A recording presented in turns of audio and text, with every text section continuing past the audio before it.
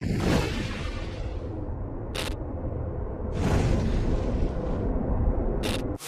you feel it? The cold air, the invisible weight. You're not imagining it. At Paranormal M, we document what you thought wasn't real. Subscribe and see for yourself. Something strange.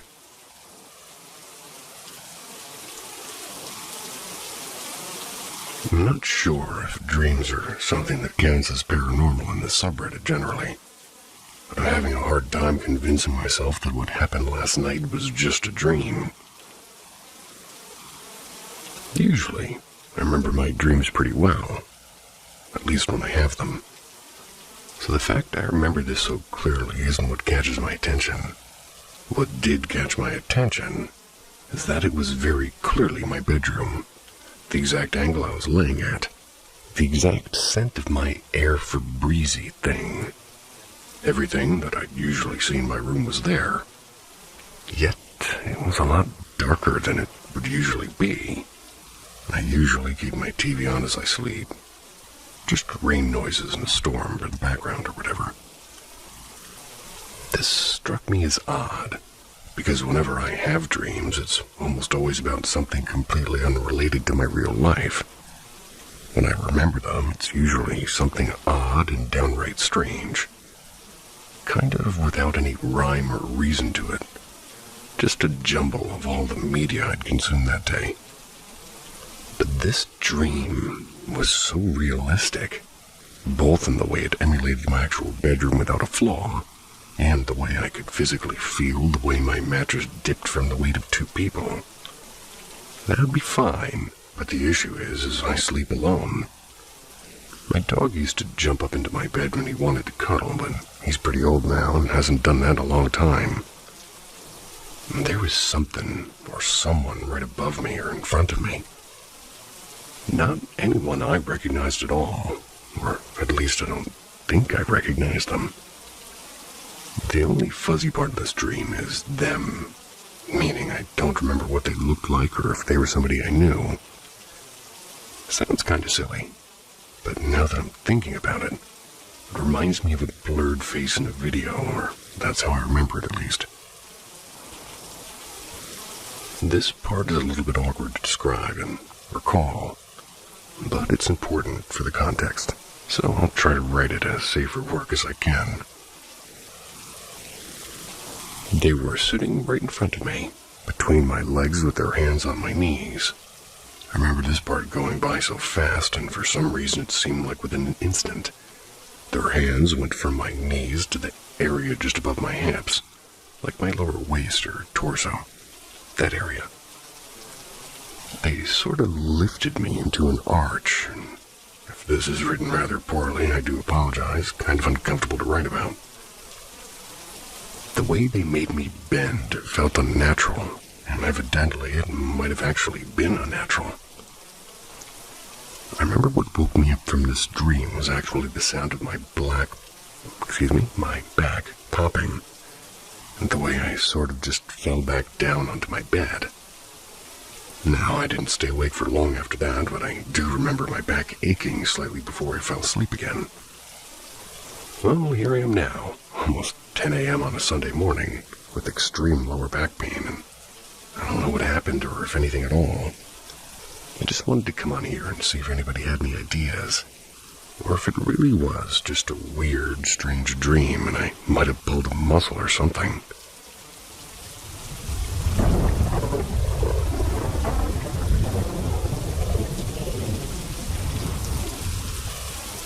Is my grandpa trying to communicate with me? A couple of months ago, I had a dream where there were 3 deer in the road in front of my house. In the dream, I was convinced one of the deer is my grandpa. The deer came into my bedroom window and sat on my bed and let me pet it. And when I woke up from that dream, I was in a state of shock and confusion. I, word for word, bar for bar, texted my friend saying, I don't know why he would visit me. Not something to be proud of. Plus, he passed away when I was 5 or so. I don't remember much about him, though I do know that I loved him, and his death really affected me, and it was the first loss I experienced.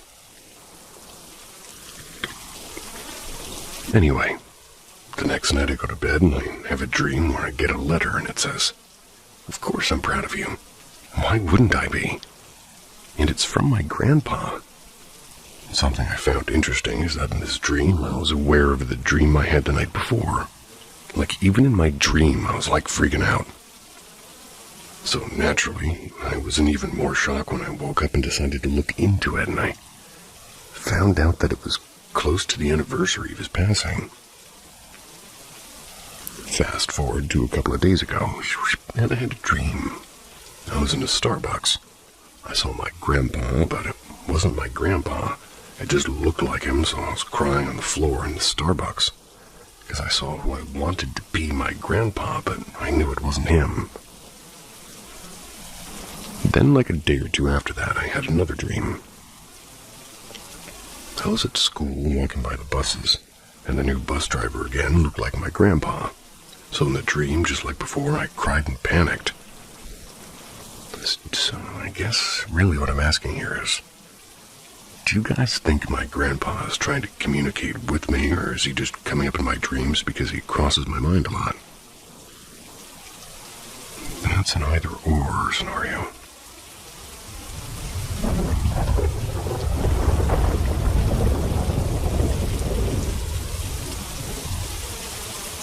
Demonic nightmare presence since I was 2 years old.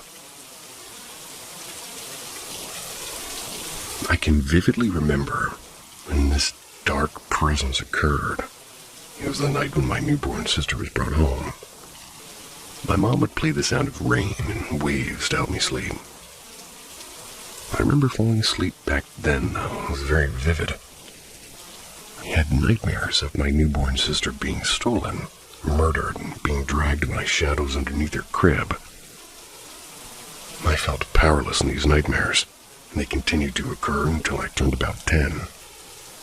But they were truly terrifying. They'd happen nearly every night, and watching my family and people that I loved get violently murdered repeatedly. Sometimes getting so formulaic that I could predict what would happen. Sometimes there'd be small creatures that would run around my home in these nightmares. They'd hide under beds and tables and bite me. And there would be shadowy but almost primate-like figures that would tap on the windows and leave nearly human handprints. There'd be this hairless, naked, pale, and sickly humanoid with wrinkly, elongated face with black soulless eyes, large, snake-like nostrils. That would attack me the most. He doesn't have a name, but he returned in nearly every nightmare. He'd always choke me or fight me. He could speak, and every time I sensed his presence, I'd lose my ability to speak. It would feel like I was vomiting, like I had mucus in my throat. And every time I would try and talk or scream under this fact, I'd make these gargled, non-human noises. These nightmares have stopped for years, but I wonder what it may have been. A supernatural presence or something psychological. They got so bad to the point where my parents just bought me a dream catcher. But the awful nightmares would continue, and my first dream catcher broke in the middle of the night. We replaced it, but the new one didn't work either. We moved houses, and still the nightmares would continue. No matter where I slept, how I'd sleep, or any other factors, I'd still have those awful nightmares. Sometimes I wouldn't, but those nights I wouldn't even remember having a dream or a nightmare. I'm skeptical about paranormal stuff and activity, but I don't know if there's any logical explanation for why this dark energy latched onto me as a child. For all I know, I could still be under its effects. My grandmother's a priest, and she blessed my house years ago, but even after everything that she did, my nightmares continued. And now they've stopped, but I still fear that dark presence from years ago. What could it be?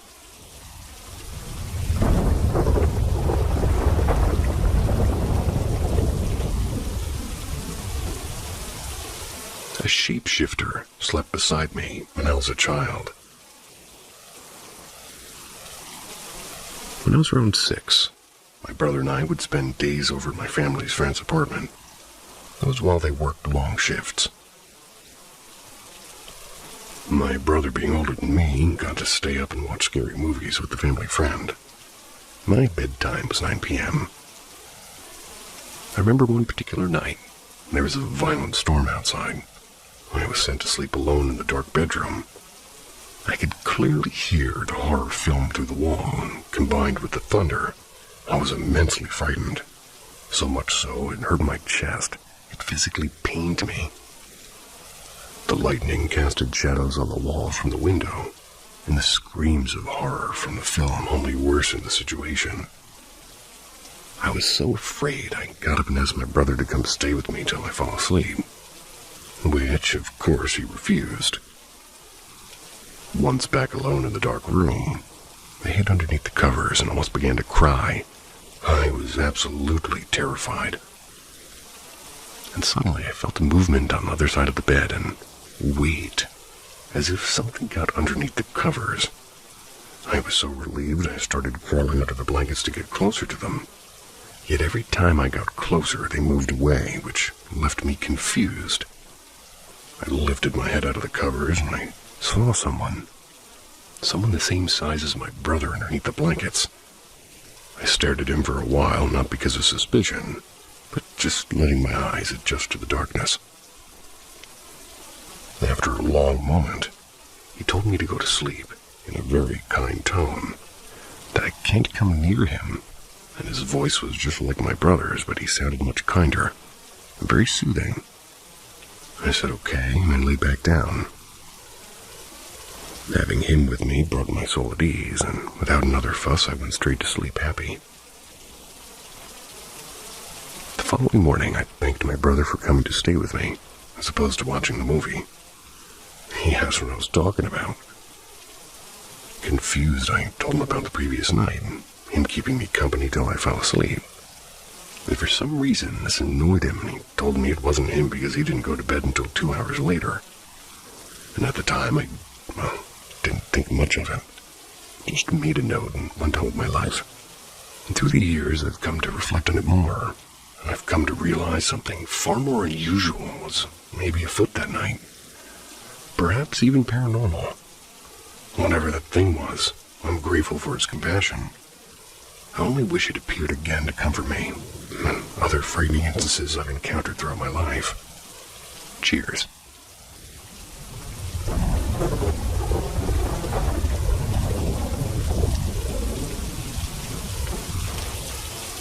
Things keep going missing daily. That my fiancée and I have acknowledged it, and given her energy. We both always thought we each had some sort of attachment.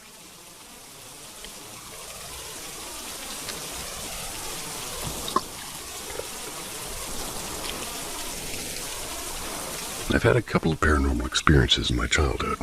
My fiancé's had some growing up too. The one I had, where there were numerous witnesses, was around 12, and all the TVs were off, and my mom and brother and his wife, and my best friend, and her little sister, and I.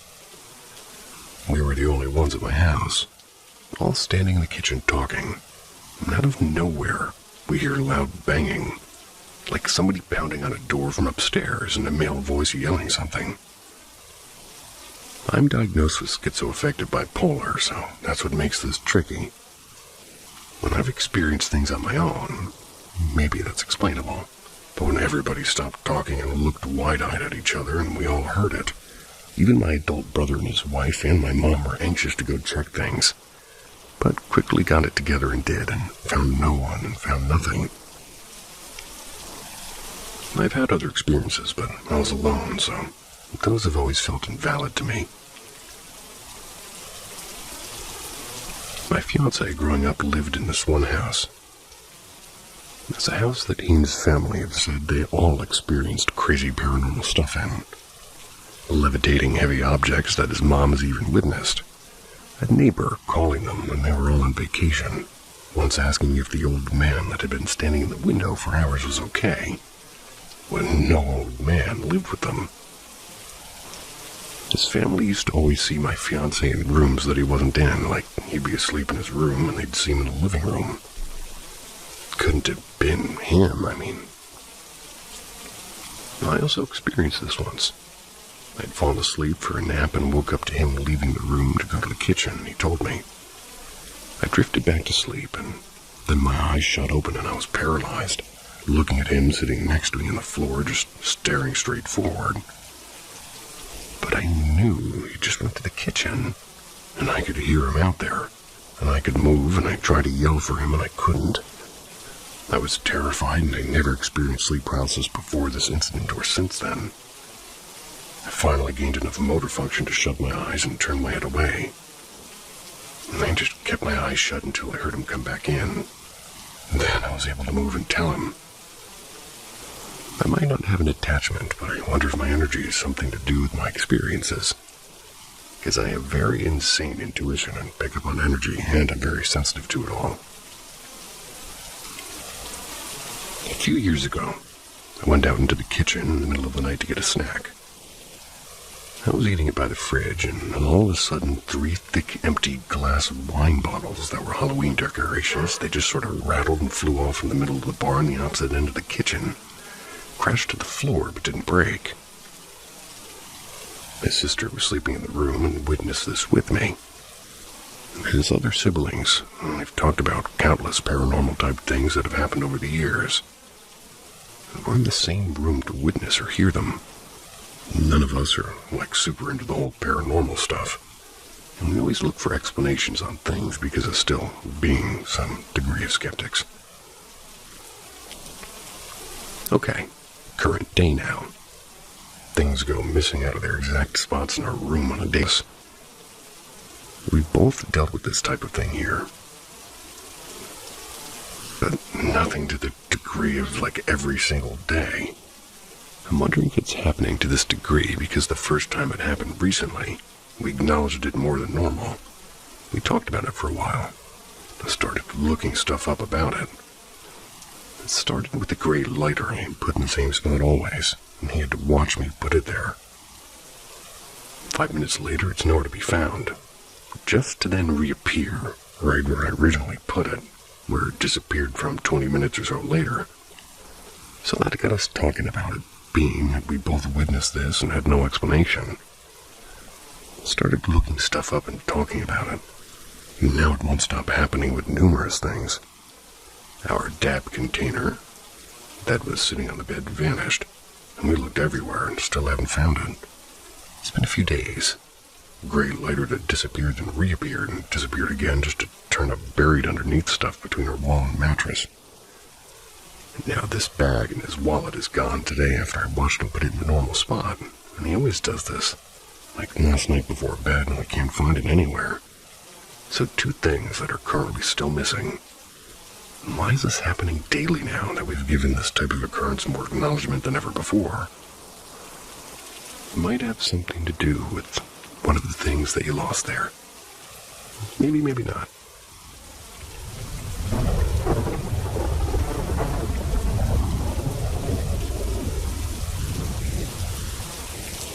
I think I made contact with aliens. So, I was asleep, dreaming. The content of the dream isn't important, so I think I'll skip that. What's weird is what happened after. I woke up, but my eyes were closed. Just black, Oh, I know. But in my mind, or on my eyes, I don't know, I saw something like a sound wave or a frequency. The waves were kind of dancing around, but increased in size and frequency.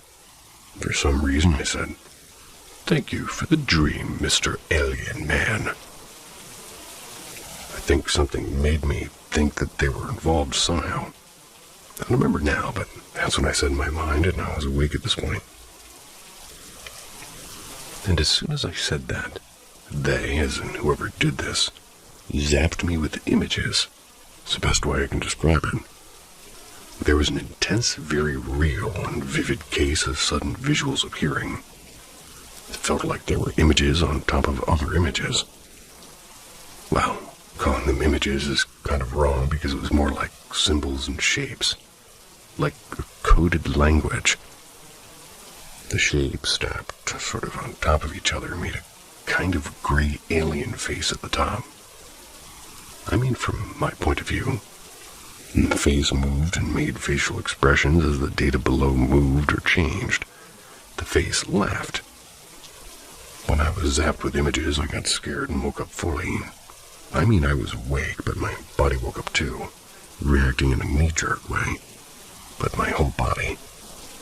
The images continued in my eyes, but they were very quickly dispersing. And I could see them with my eyes open too. The alien face, included, and it was still moving. But I closed my eyes so I could see more. But within moments they were completely gone, and I was fine. At least until this happened.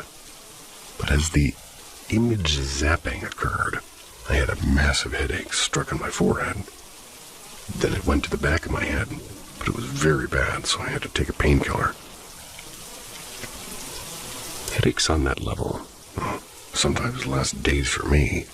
A single painkiller is never enough. But within half an hour I was fine, and sure, the painkiller helped too, but I think it was the sudden hit that gave me the headache. Then it was kind of less of a burden for my brain, I think. I mean, whatever the symbols or shapes or the code meant, don't remember what the symbols were at all. Just the face on top they made. I think they gave me information that I didn't process or understand at the time. I think it's stored in my brain now. Like right now. And this happened 2 nights ago. Also, I had this understanding after the event that the frequency was in my mind. I did gateway tapes and meditation before for various reasons. One of being trying to contact non-human intelligences. I think the frequency in my mind kind of synced up with their something that belongs to them and would kind of be for a very brief moment. So they had to zap me with the information within that brief moment, and it wasn't pleasant for me. They couldn't contact me before my frequency synced up, or not at that level anyway, I think. Also, something I just knew somehow after or during the event. I think they can't or won't talk, like us. They communicated in images and symbols, very complex. I think they were doing what they were doing without me being aware of it. But when I gained consciousness and became aware of the signal, then when I said thank you for the dream, Mr. Alien Man, instead of being afraid, I think they found it funny and maybe took my response as a form of acceptance and just dumped the rest of the information all at once. Not to hurt me, but the channel was closing, so they had to do it.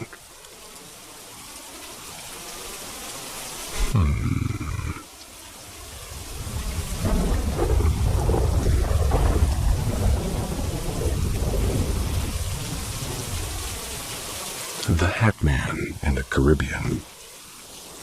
A true story from a place the narrator can't quite say, but is going to go for it. Curacao. There's a little symbol underneath this I can see. I don't know what to do with that. I was born on the island of Curacao, a small Caribbean island near Aruba, and just off the northern coast of South America. I grew up in a quiet neighborhood on the far northeastern edge of the island, so far out you literally couldn't go any farther east. My grandparents were among the first people to move there in the late 80s, and there were only a few houses and dirt roads. Over time, more homes were built, and the area developed. Some people said the land used to be a burial site for native tribes, long before colonization. But that was just neighborhood talk and camping stories and old rumors, nothing official. I lived there for about 17 to 18 years, and it was peaceful. It was safe in a pretty familiar neighborhood. When I turned 16, everything started to shift. I got serious about my health, started eating clean, stuck to a strict protein diet and cut out sugar and only drank water. I trained hard, going to the gym 5 times a week. My head was clear, my body felt strong. That same year, my mom suggested I move into a studio apartment in our backyard. It was a detached building, sort of tucked into the far right corner of the yard. Had its own kitchen and bathroom and bedroom. Total privacy. Independence. Sort of. For a 16-year-old, it felt like freedom. The backyard was big, and trees and plants and tall grass, and in the middle was a small wooden bridge that crossed over a grassy dip, leading to an old handmade gazebo in the far left corner. That had a thatched roof, and we all call it a palapa. Palapa? Palapa. At night, the yard went completely dark, except for the studio porch light and some glow from the main house windows. The center and left side of the yard, especially around the gazebo, were pitch black. And just before I moved into that studio, I started experiencing strange physical sensations. At random times, I'd get waves of goosebumps. The hairs on my neck and arms would stand up and my heart rate would spike. No thoughts triggered it, no fear, no danger. Just pure physical response. Like something was around me that I couldn't see. And it only happened when I was in the neighborhood and nowhere else. It was uncomfortable, and sometimes it lasted up to 10 minutes. Trying to sleep while your body is on high alert like that is not fun. But I got used to it, sort of. Once I moved into the studio, things escalated. I started seeing things and figures and shapes and energy in the air. A man in the distance. A little girl standing near the bushes. Always far, always quiet. They didn't feel aggressive, but they didn't feel natural either. And it scared me. Of course it did. But it didn't feel like I was losing my mind, and I wasn't paranoid. I wasn't hallucinating, and I was fully awake and fully aware. I just didn't know how to explain what I was seeing. My family isn't religious, but they're spiritual. My grandmother especially. They meditate and read spiritual books and talk about energy and intuition. I grew up all around that, but I always kept my distance from it. I'd never seen a spirit or had a paranormal experience. Until then. Then something happened that hit different. It was a regular weekday. I came home from school around 2:30. Said hi to my mom. As I passed her in the hallway, we bumped into each other lightly. And in that exact moment, I got a mental flash. An image in my head, uninvited and instantaneous. A toilet bowl full of blood. And it lasted less than a second. No reason, no trigger. I didn't say anything. Figured it was just some random thought. At 7 p.m., I went to the gym. And midway through my session, my phone rang. And it was my aunt. She never calls me, and we lived in the same neighborhood like most of her family. But we weren't close, and I didn't even call her auntie. Called her by her full name, because she didn't want to be called Aunt anything. So her calling me was weird, and she said, "Don't panic, everything's okay, but your mom's going to the hospital." I stopped mid-set. Wait, what happened? She went to pee, and the toilet was full of blood, and it was completely red. That image from earlier punched its way back into my brain. I wrapped up the workout quickly and rushed home. I felt guilty, like maybe I could have warned her. Maybe I could have said something, even if it sounded crazy. Eventually, doctors found a tumor the size of an orange on her uterus. And the healthcare system there wouldn't handle it properly. So I made plans to fly to Colombia, Bogota, where the doctors could give her better care. We expected to be there for months if needed. That's when I saw him.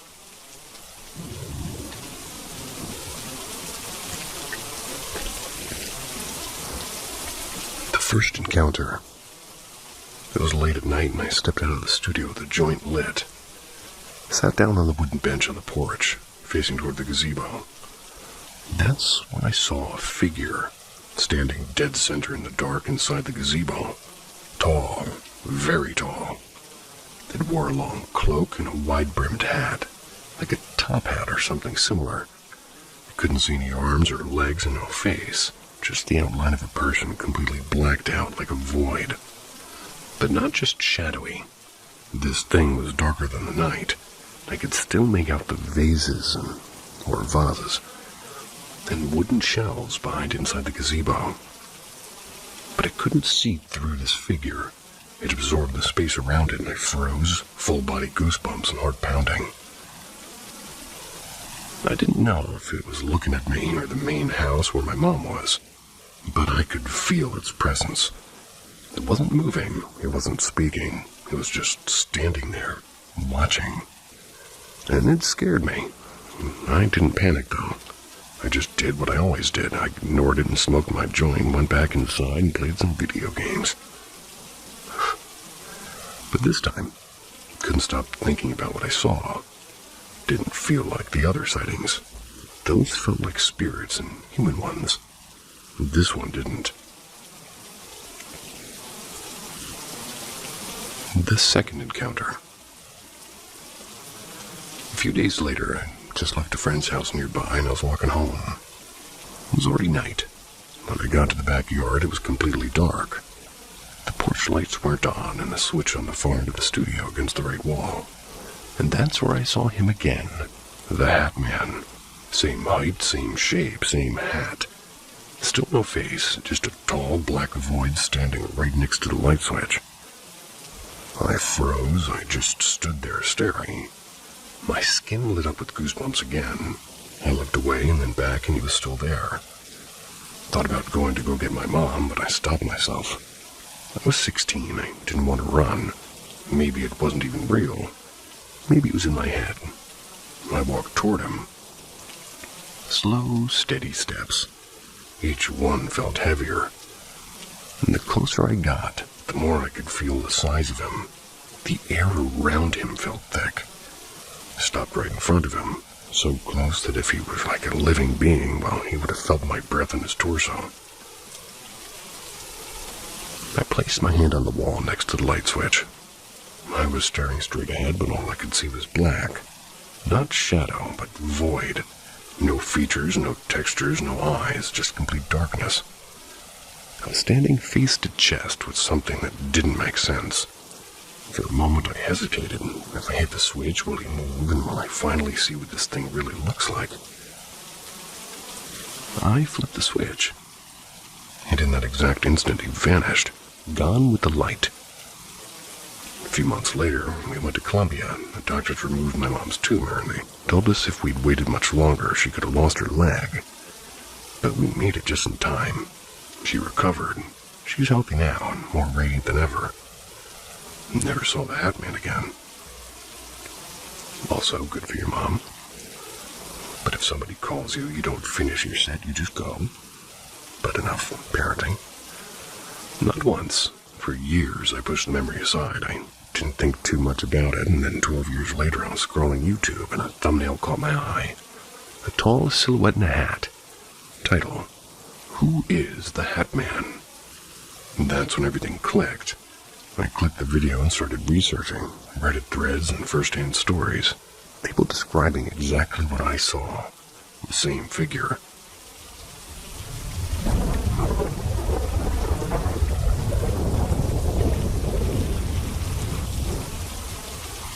This is why I'll never go back to Buck's Palace. A few years back, I was dating a girl named Emma. One night, she told me about her past. How as a teenager, she and her friends played with a Ouija board. She said it started out as a joke, but ever since then, she'd felt like something was watching her. I didn't think much of it at the time, and a couple of months later, we decided to drive up to the spot that we called Buck's Palace. It's an old abandoned house on a hill with a massive balcony overlooking the lake.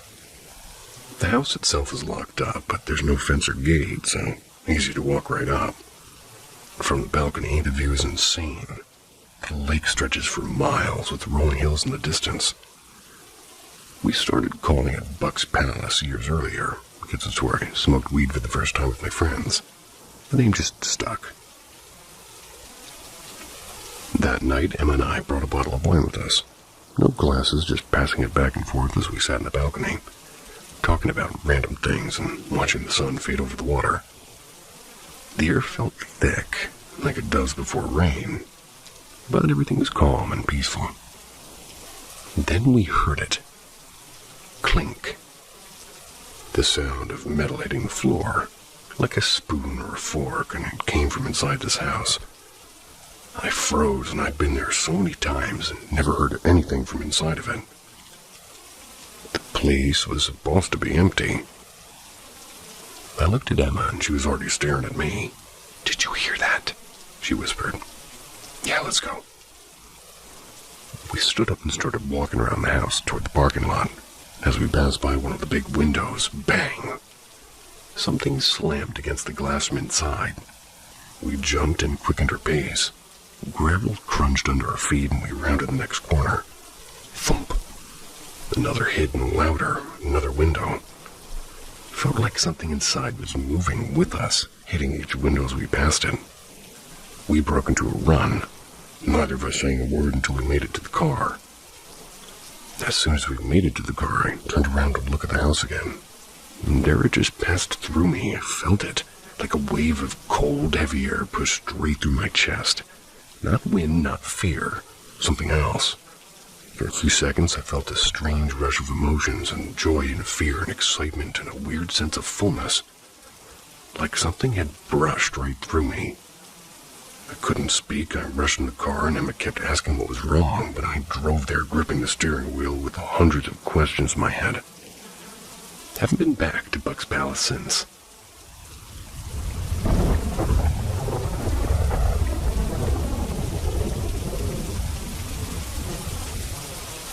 Adventure in a haunted abandoned park.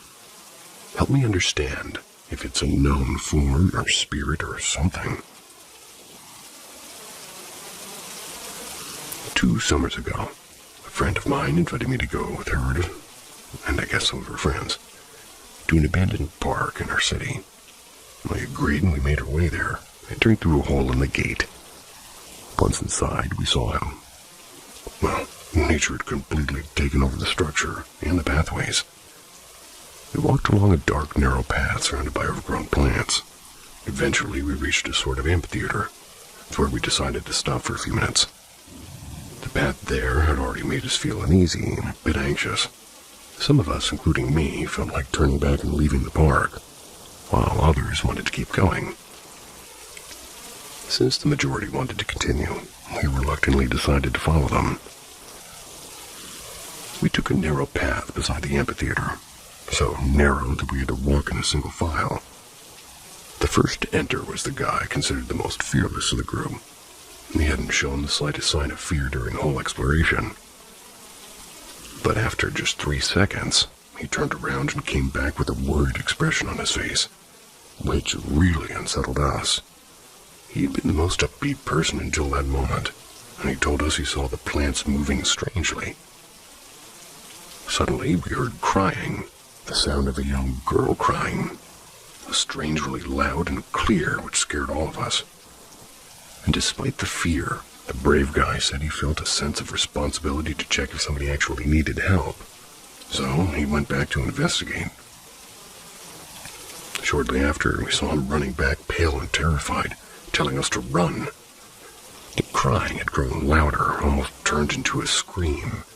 And that's when we all fled the park. Jumped on my scooter, which was parked nearby, while the others got into their car and we left. Once we were quote-unquote safe, the brave guy told us what scared him the most was after pushing aside the plants and looking in the direction the crying was coming from. He saw absolutely nothing, and that's what truly terrified him.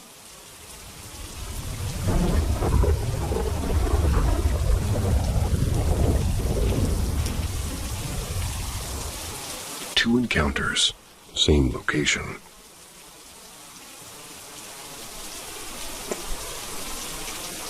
In the summer of '91, I was a young Air Force officer who'd recently returned from Desert Storm.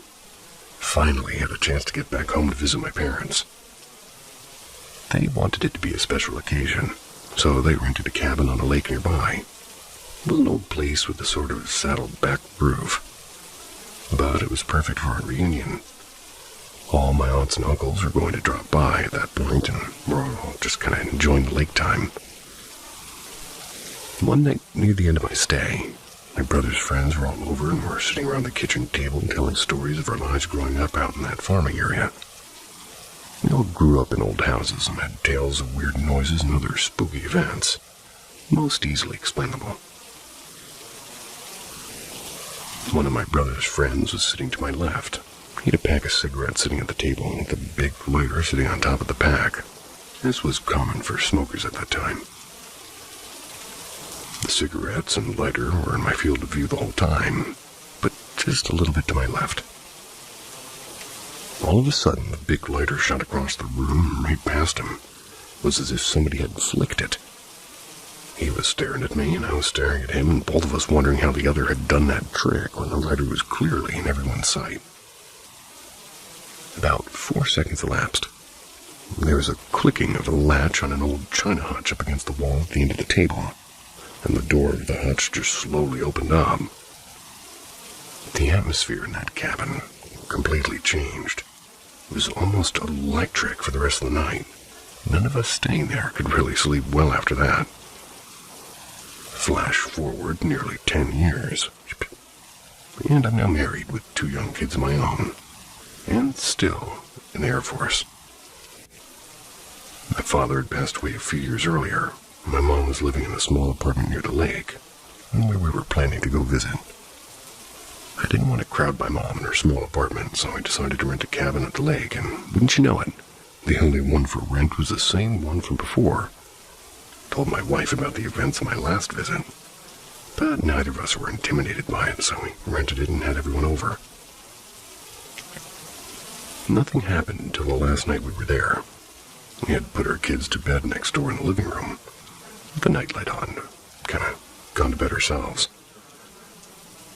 As I was drifting off to sleep in that cozy light sleep you get into sometimes, I heard something softly hit the floor near the end of the bed, and I figured it was my shorts that I had laid on the end of the bed. Maybe they were getting kicked off, and I tried to drift back to sleep when I felt the end of the bed dip down. It was like somebody sat on it. My wife startled awake and saying, "Honey, what is it?" To what we thought was maybe one of our kids coming in, my wife says she felt something like a hand come up the side of the bed touching her as it went, so she thought it was one of the kids. I turned on the light at her exclamation so we could take care of our child, but the room was empty. We went to check on the kids and they were all out cold. And on the way back in, I saw my shorts in the middle of the room. Told my wife what I thought had happened, and she said she had moved them on the chair in the corner some 4 feet away. That was before she went to bed. Something had tossed them into the middle of the room before waking us up. These are the only paranormal experiences I've ever had, and they were both in the same cottage with other witnesses. If I get another chance to rent it, I'm definitely going back. I never felt scared or threatened, just spooked, because something we could never see was interacting with us. Seriously, weird sensation. Yeah, you could say that.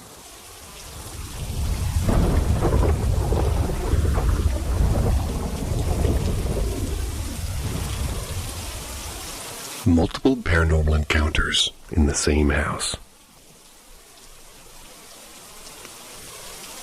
Experience 1. It all started when my sibling had come over and my family and I were eating lunch. We were eating, then we stopped by the doorbell. It rang a couple of times and my dad walks over to check it out. He opens the door and nothing. We let it go, it was just a ding-dong ditch. Then a few minutes later, it rings again. This time, the ring got faster by the second. It started out slow, but then sped up and got faster and faster. It kept ringing as my dad was walking toward the door, and at this point, there was no time for the ding-dong ditcher to leave. And as soon as my dad opened the door, it stopped. We all thought this was so bizarre, and my sister even mentioned how could he have let a ghost in. But we all wrote it off as maybe the doorbell going bad or the house being old. Experience 2. This one happened over a few years, multiple times, and is by far the most explainable, not to be paranormal.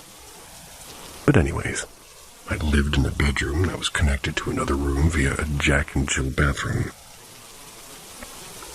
And on many different occasions, as I would close one door to the bathroom, the other door would open. And as I would open another door, the other one would close. This might be explainable by, wind, maybe created a vacuum. Honestly, not too sure on the science, but if it really was a ghost, this led me to believe it was a kid, maybe, being very playful with me. Absolutely a vacuum. Experience 3. This one is by far the scariest experience of them all, at least for me. So while living in this house, I was constantly tired and was always taking naps throughout the day. One time, falling asleep in my bed, and then I just hear the loudest exhale directly into my ear. Not far away, not close by, but directly into my ear. I immediately jolted up and looked around for my parents or somebody playing a prank on me. No one was there. Experience 4. This one happened another time when I was falling asleep. But this time was at night. I'm drifting away, but then I hear my door handle being creaked open. So I'm thinking maybe someone's just coming into my room. So I lay there waiting for them to just, tell me something. Then I partially sit up and see the door handle kind of wobbling, like somebody was playing with it, and I still hear the sound. Then I sat up all the way, and then it immediately stopped, which is weird. Then I saw the motion light in the balcony outside my room go off right after the handle stopped.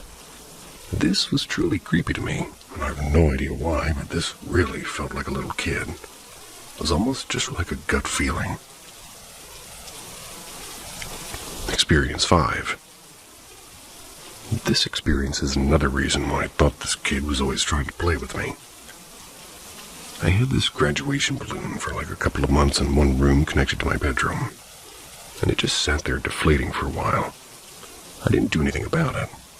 Then it got to the point where it was not really all the way down, but definitely a foot or two above the ground. Now I was in the bathroom with the 2 connecting doors open.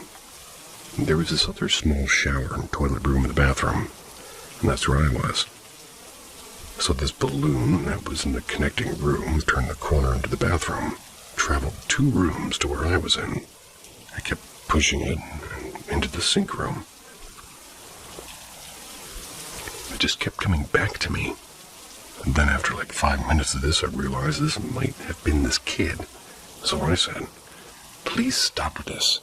I don't want to be bothered right now," or something to that effect. Then I pushed it away a couple more times and it stopped, and there was no AC happening at the time because I just checked as to what could be moving the balloon, and it was nothing. Experience 6. This one is the most convincing that I wasn't going crazy. So it was just around 11 p.m. I was downstairs getting a glass of water, and then all of a sudden I hear footsteps running down the stairs like it's an emergency. I was shocked, and I had waited a few seconds for my dad to come out and tell me something horrible happened or something was wrong. I waited another 5 seconds and nothing. I walk over, look up the stairs, and no one's there. Both my dogs were sleeping, so it couldn't be them. Everyone in my house was asleep except my dad, so I go to his room and I say, "Did you just run downstairs?" He replied that he didn't, but he had heard the running too. This was the most convincing to me that I wasn't crazy, because my dad had heard it as well.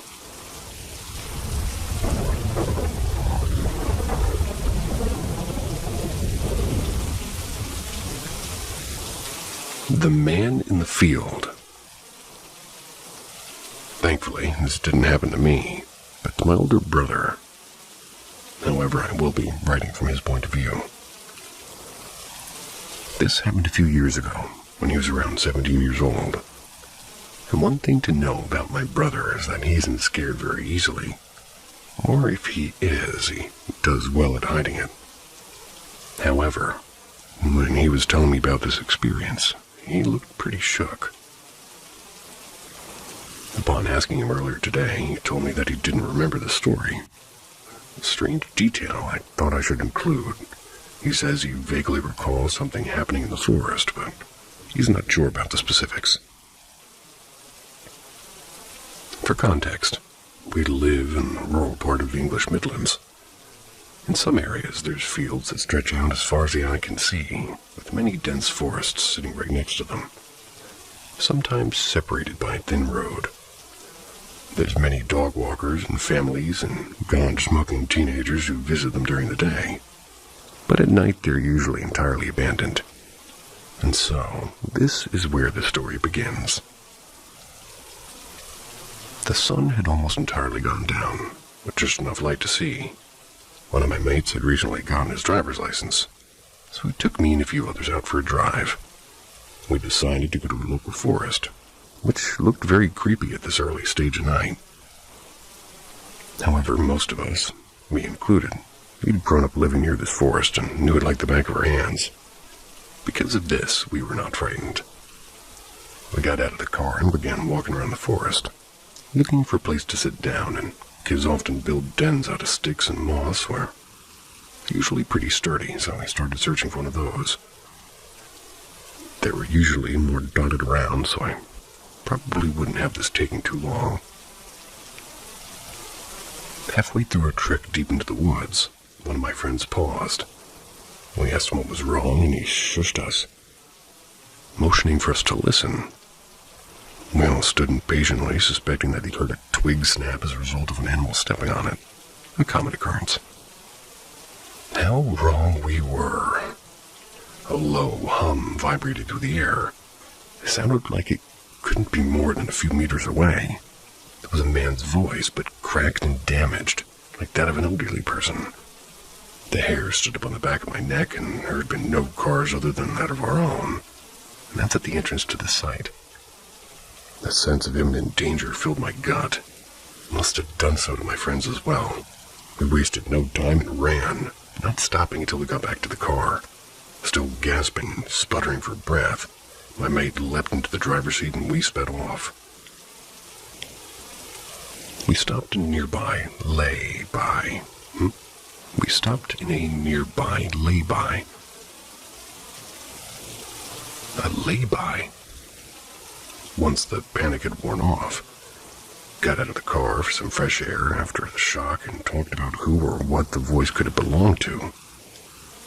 Somebody said it could have been a homeless person, and this was plausible, as they sometimes did reside in tents deep in forests in the area.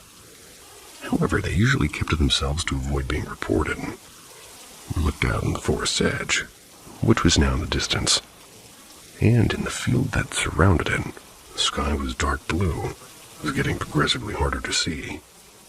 Suddenly, a friend alerted the rest of us that he saw something, pointing to the middle of this field. Although hard to make out, it was unmistakable. A figure. Humanoid in appearance, but it was too dark and far away to see any features such as clothing or face. But we did notice one thing that was different about this person. They seemed to be very tall, almost alarmingly so. Their torso and limbs seemed stretched, almost distorted, and silently they walked through the field, not seeming to notice or us just staring at it, I guess. The feeling of unease returned as we watched, along with the strong desire to look away, but the inability to do so. After this, we collectively decided we'd had enough, scrambling to the car for a second time in 10 minutes. My friend drove us back to our respective houses. We never spoke of the incident again.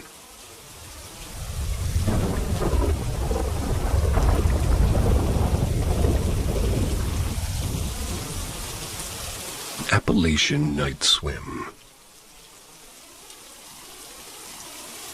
So for context, me and my boyfriend's family are on vacation. We're at an air bed and breakfast in the mountains in North Carolina. And we're from Tennessee, born and raised. So mountains and night adventures are no stranger to us. Tonight, we being me and my boyfriend and his sister's husband, we're at the hot tub and decided it'd be a good idea to take a trip down to the lake. It's about 10:30 p.m. at this point. There's quite a steep walk down to the dock, so we took our rented UTV down steps through the forest to get there. As we arrived at the dock, we came down from the second floor to the first floor. Only way out is through the second floor, as there's a bridge connected to the land there. We peeped over to look at a fish swimming by the ladder, As we congregated, the dock suddenly shook, accompanied by a large bang.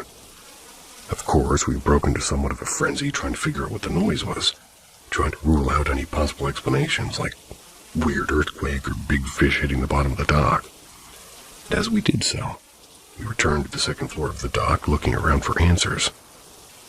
With the help of our footsteps, we managed to figure out that the only thing able to replicate the sound was us jumping on the second floor.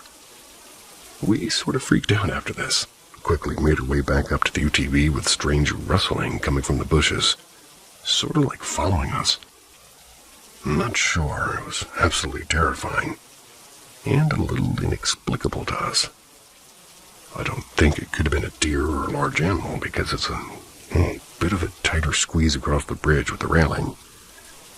However, for the sound to be possible, whatever it was had to be at least 100 pounds, and coming to the second floor without footsteps, unless we just didn't hear them. On top of this, we arrived at the top and parked the UTV, completely silent and in shock. We walked through the front door to be greeted with an extreme concern as everybody heard screaming coming from outside. What? I don't know, it's just very confusing. And I was worried that we were about to get ate up by a skinwalker or something. But I'm also wondering if there's any kind of paranormal side to it or not. Never experienced anything like this. Still so shaken up, but does anybody have any ideas?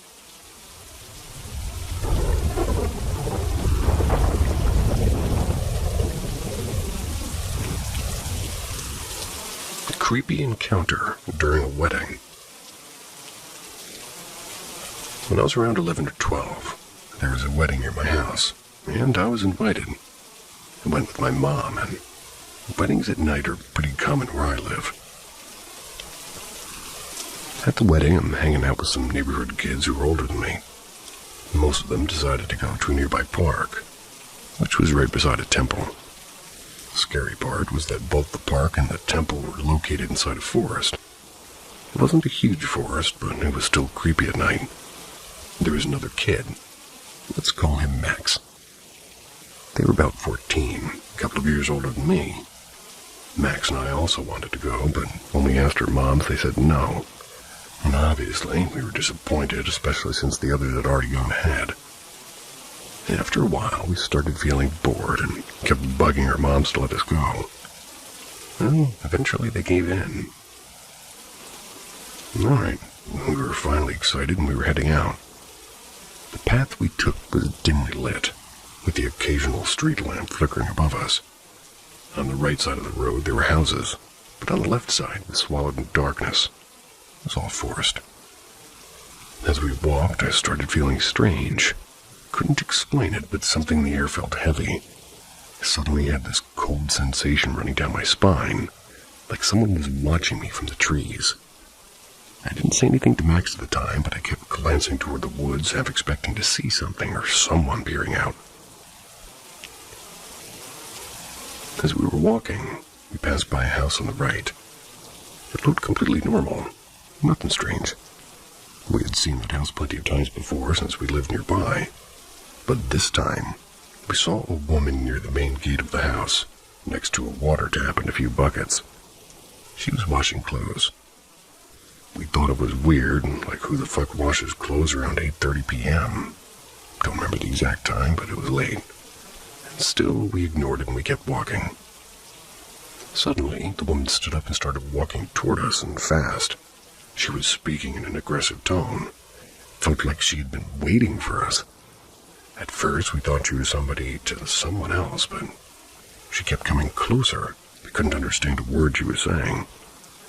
Oh, we were starting to get nervous. We turned around and started walking back toward the wedding. She began following us, and her tone got louder and more aggressive, and she picked up her pace. Max looked behind, and then he tapped me on the shoulder as if telling me to run, so we ran, and hard. But then she started running too. We panicked and sprinted as fast as we could, and we didn't stop until we reached the wedding area, right under a street lamp. We turned around, and she was gone.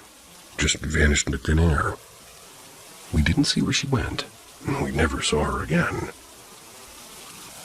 Later I asked Max what caused him to signal me to run, and he said, I saw her shadow and it was getting bigger and bigger.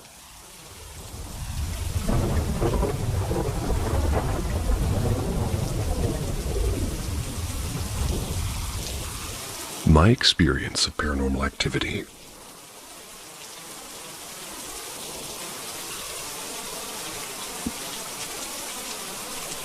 This whole thing started happening exactly 8 days before my 13th birthday.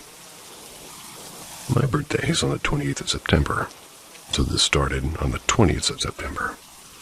And every night for those 8 days I had nightmares. Nightmares would be sometimes normal and sometimes not. Usually my fears of being chased. Nothing special. But in all of those dreams, I'd still be living in my old house, from where we moved away when I was about 10 years old. Plus that in those dreams, sometimes the colors would go from normal colors to bright green, bright purple colors. On my birthday night, there wasn't any nightmare. The nightmares continued for maybe 3 to 4 days and then they stopped. A month later, November, I went to a concert. Nothing special. It really wasn't big, and just a regular concert. I got home and I couldn't sleep at all. I thought, okay, like I ate too much and drank too much and, well, it wasn't alcohol. I couldn't sleep. And ever since that night, I would wake up every single night at either 15 minutes before 3 or 2:45 a.m. or 3:21 or 22 a.m. I would wake up with such fear that sometimes I would skip school because I wouldn't be able to go back to sleep. There wasn't anything abnormal in my room. Nothing was happening. But the fear was so strong that those things continued, sometimes during the day. After I got home from school at 2 p.m., there would be 3 knocks at my door, and then it would stop for a few seconds. Start again. 3 knocks each time for 6 times. I think that explains why I instantly thought it was demons. 3 knocks to mock the Holy Trinity, and 6 as if the number 666. I would hear whispers, but I wouldn't remember what they were saying. Then I started forgetting like events that happened, like my birthday parties or anything really, even if it wasn't such a long time ago. The first thing that really scared me off was connected back to my family. My grandmother had her first child at 21 or so, and it was a girl. The girl died after being 21 days old. Mind you, this was in the 60s. She said that she was home alone with her daughter and suddenly heard her best friend's voice from outside calling her. She went to the doors to open it, and there was absolutely nobody. A day later, my great-grandmother came to her, and my grandmother said, "What happened to her?" My great-grandmother said, "Because you answered, somebody will die in your family." Days later, the girl died, and there was absolutely no medical issue with the baby or anything. Now back to my story. My grandmother wasn't feeling well. It was February, I think. She was on the verge of death, still alive next to me currently. Anyway, I'm in my room and I suddenly heard her yell my name from her room. I remembered her story and I didn't want to answer. But after a few moments, I got up and went to the hallway, and she was in the hallway, peeking out of the doors.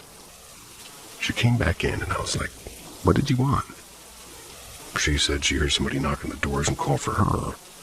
I went back to my room after just sort of putting her to bed and all that. And I'm again sitting on the bed studying something when I hear her call my name again. This time, I went instantly to her room, and she was asleep. My brother said he didn't hear anything. And later that night, I was going somewhere with my mom, like a long car ride, and I told her what happened.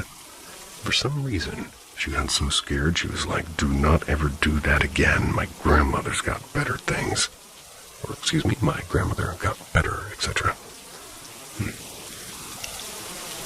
Now it's March, and I'm asleep. When suddenly, I got woken up, because it felt like something pulled my soul out of my body from under my bed. I felt like I was floating. Didn't open my eyes at first, and then when I did, whatever was there slammed me back down. I could feel the way my soul jolted back in. A few days later, I get up in the morning, and my mom's already up, and we talk like, how's her work and all that. Normal talk. When all of a sudden, she said that at night, around midnight, she heard me speak while I was sleeping. and that there was a sound like my closet door being constantly slammed shut the hardest somebody could do it. She said she wanted to check to see what was happening, because sometimes when I'm in a deep sleep, I turn over really harshly in my bed and think she knew it wasn't me. Anyway, then she said, the moment she stopped in front of the door, everything stopped. She went back to bed, and after 15 minutes, she heard me talking in my sleep. She said that I was talking so fast she never believed like it would be humanly possible, and said that she couldn't catch a word of it. This is one of the signs of demonic possession. And that same night, I woke up at 3:22 sharply. And I was in my room, and there was this stench. Sulfur, burning, harsh, rotten smells. There wasn't any smoke or anything, but I did notice my lamp was turned the other way. Again, demonic activity. A month later, I get woken up because something fell on me, directly onto my legs.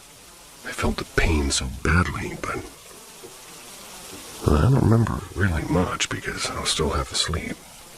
But again, I know that the lamp had turned the other way, and the last one that I got happened in May before my school trip. I woke up at 2:45 a.m. sharply again. Something was choking me, like actually. It wasn't sleep paralysis or anything, and I never experienced it because I could move each time. I didn't feel anything other than being watched. I don't know if anybody can hear that crazy sound in my house, but it's happening.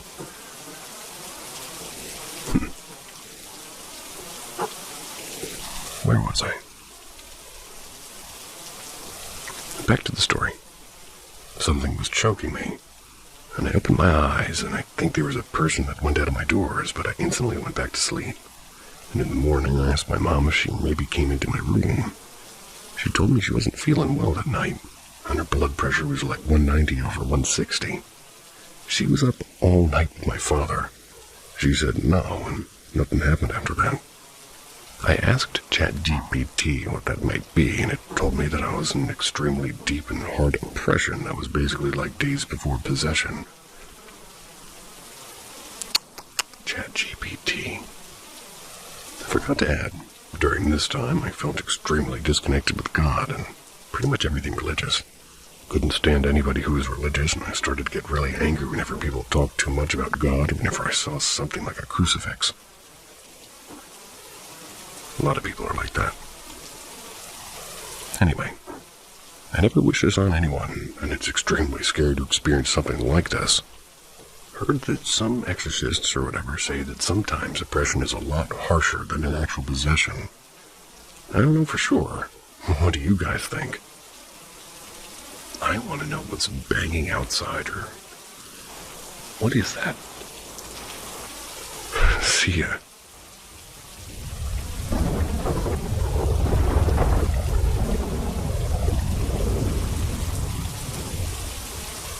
Calling all believers in the extraordinary, Paranormal M is your hub for first-hand encounters with the supernatural. Subscribe now and hit that notification bell to immerse yourself in a world of genuine unexplained phenomena. 2-foot-long praying mantis. It happened in Brooklyn, New York in the late 90s. I was in the 2nd or 3rd grade. S was around 4 years old. We had a back porch overlooking a small fenced yard and lawn. We'd get the occasional regular-sized praying mantis. According to S, one day she was playing in the yard while my mom was hanging laundry up in the back porch. Apparently this thing just suddenly materialized right there in the middle of the yard, because S says she turned around and there it was. She just stared at it for a few moments, not sure if it was a toy or what it was. She said it looked like a 2.5 to 3 foot long praying mantis with big red eyes and tiny black pinpricks for pupils. When the fear finally hit her, she ran up the stairs shouting for Mom. She could express at the time that it was just a big bug. My mom barely reacted, of course, because kids get scared by normal bugs all the time. Well, the damn thing followed us up the stairs. For so long I've imagined what that thing must have looked like. She was convinced that my mom, or rather she convinced my mom, to go inside with her. That's when Mom finally saw it. While she and S were watching it from inside through the mesh door, the praying mantis perched itself in one of the chairs on the porch. Not like on the top or the back of the cushion or on the armrest or something, just in the chair proper-like. When my mom went looking for a camera, all at once it just disappeared. I asked if it flew away or what, but neither of them had an answer. It was just gone as instantly as it showed up. When my dad brought me home from school, around half an hour later, they were still hiding behind the mesh door looking terrified. I never got the full version of the story until she was older. For years, she would become hysterical if she ever saw a praying mantis or even an image of one. I wonder about what this thing could have been or why it showed itself to my mom and her. I do know, however, that as I got older, I found that my mother was a very abusive woman. And her, I believe, suffered the most because of that. It makes me wonder if one of the people I've told this story to is right about it being maybe a demon, or at least a bad omen.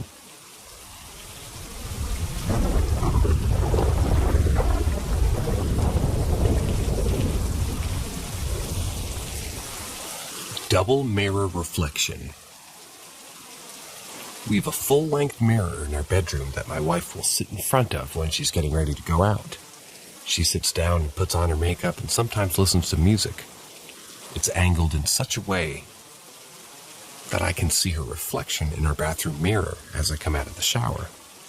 I see the reflection in the bathroom mirror of the reflection of the full-length mirror, if that makes sense. A couple of years ago, we were getting ready to go out and I forgot a towel. I knew that she had washed all of the towels, and I forgot to pull one out of the dryer before getting in my shower. So when my shower was done, I pulled back the shower curtain and saw her in the reflection, or the reflection's reflection that I was just describing. "Babe, can you get me a towel?" Now her back is to the bathroom, but I can see her look up into the mirror and just stare at me. Doesn't say anything, just a blank stare. "Babe?" Nothing.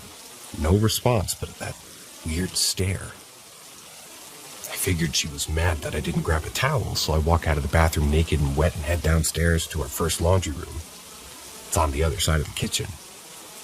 As I cross into the laundry room, I literally bump into my wife coming out of the laundry. Totally scared the shit out of me. "Why are you running through the house naked? I would have got you a towel." I can't remember my exact words, but it was something along the lines of, "I didn't think you heard me." So I walked slowly back upstairs and slowly peered into the bedroom, half expecting some ghost to jump out at me. But there was nothing. No one in front of the mirror, and no one in the bathroom.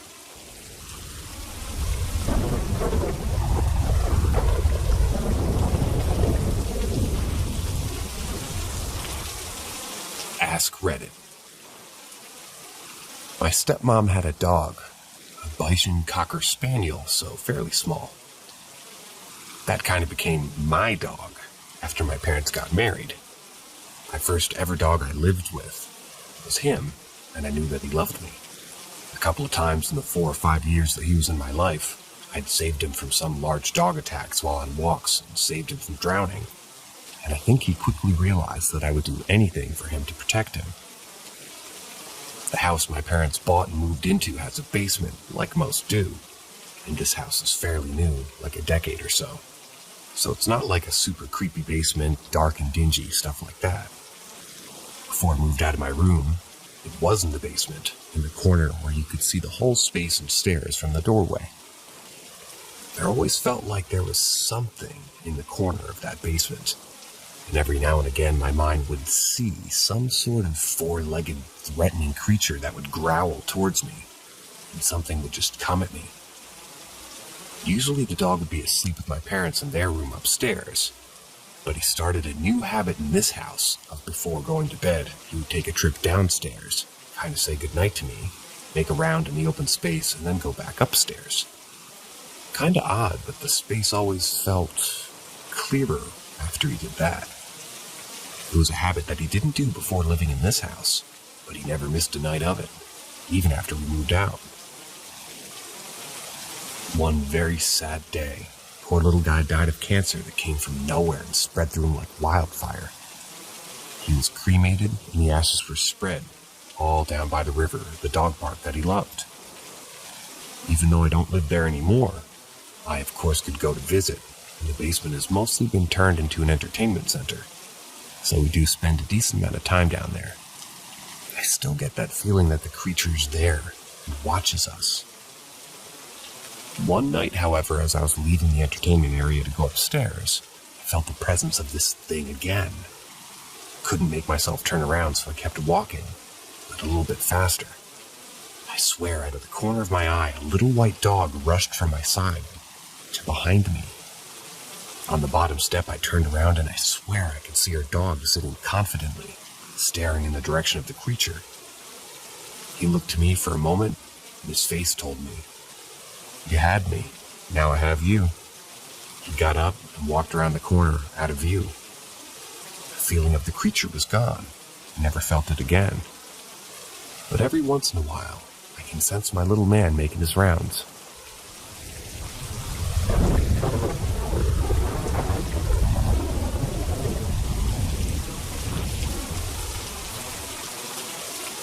Ask Reddit 2.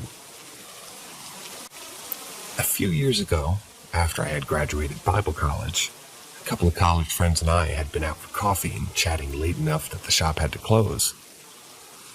We didn't feel like we were done hanging out, so because this was the town that I'd lived in for the past 12 years, my three friends asked where a cool place to hang out was. Preferably a place that didn't have, hours of operation, as it was now past 1 a.m. Didn't take long for me to remember this nature center near my old high school that had a beautiful walking path that went around a small lake. So I suggested there, and off we were. We parked in a public lot in front of the school, so there was no risk of towing our tickets, and we walked across the football and track field towards the nature center path. Now, the walking paths were closed off by an almost complete fence, as you were supposed to enter by the main gates of the pavilion. But because I'd been in photography class in high school, we had found a way in for free that didn't also require a long walk to the pavilion about half a kilometer away. Just up the sidewalk beside the football field, the fence turned to cut through some trees. But in the trees, there was no fence, so you could easily get in if you were okay with a little bit of foliage. Just up the hill from this line of trees also happened to be the city's graveyard, which was also right beside a mental health hospital that was about 100 years old. So it hadn't always been the loving facility it now claimed to be. While my friends and I walked up the slight hill to the trees, one of them spotted the gravestones and inquired about what else was there. Immediately, everybody forgot about the nature center walk and we continued up the hill to see what this small cemetery had. And we had visited it during photography class as well, by the way. Being that I'm already sensitive to spirits, I gave a little prayer that the Holy Spirit would protect me, but also show me and us if there is an area that we should or should not go. We walked around the small section, occasionally feeling the need to pray for an unrestful spirit to be at rest, until we discovered that the cemetery continued up to the next level of the hill and actually stretched for a kilometer or so back. We continued to walk around, sometimes praying, sometimes just noticing the ages on the stones, maybe appreciating a cool name here and there. One of my friends, Eric, who also seemed to be sensitive to spirits, but whereas I was turned away by how negative and possibly dangerous some seemed to be, he was drawn to those same ones. Occasionally there would be plots where he lingered and I felt my spirit become heavy, but on those, we'd pray for peace, and once it felt clear, we'd move on. As we walked east toward the back of the cemetery, I could sense something very unsettled in the far corner. I prayed again for protection for mine and my friends, and we got closer, but I couldn't shake this growing feeling that I specifically was being watched by something in that corner. As we got to that last row, my friend ventured north to each plot, but I decided it was best to stay further away, fully aware that not only was this spirit unsettled, it was angry. I I told them about it, and they prayed as much as they could, but neither of them could sense or feel it, so they prayed wherever I pointed or gestured to. Eric, however, seemed quite content to linger in that last row, even hanging back for a while as we moved on. As we turned to walk south, away from the angry spirit, I could feel the eyes burning into my back, giving me chills like I'd never experienced. I continued to pray for our safety, focusing more specifically on me, but it seemed that almost every word I whispered in prayer, the angrier it got. Until this point, any spirit we prayed over either found peace, or at least stayed where it had been. Not this one.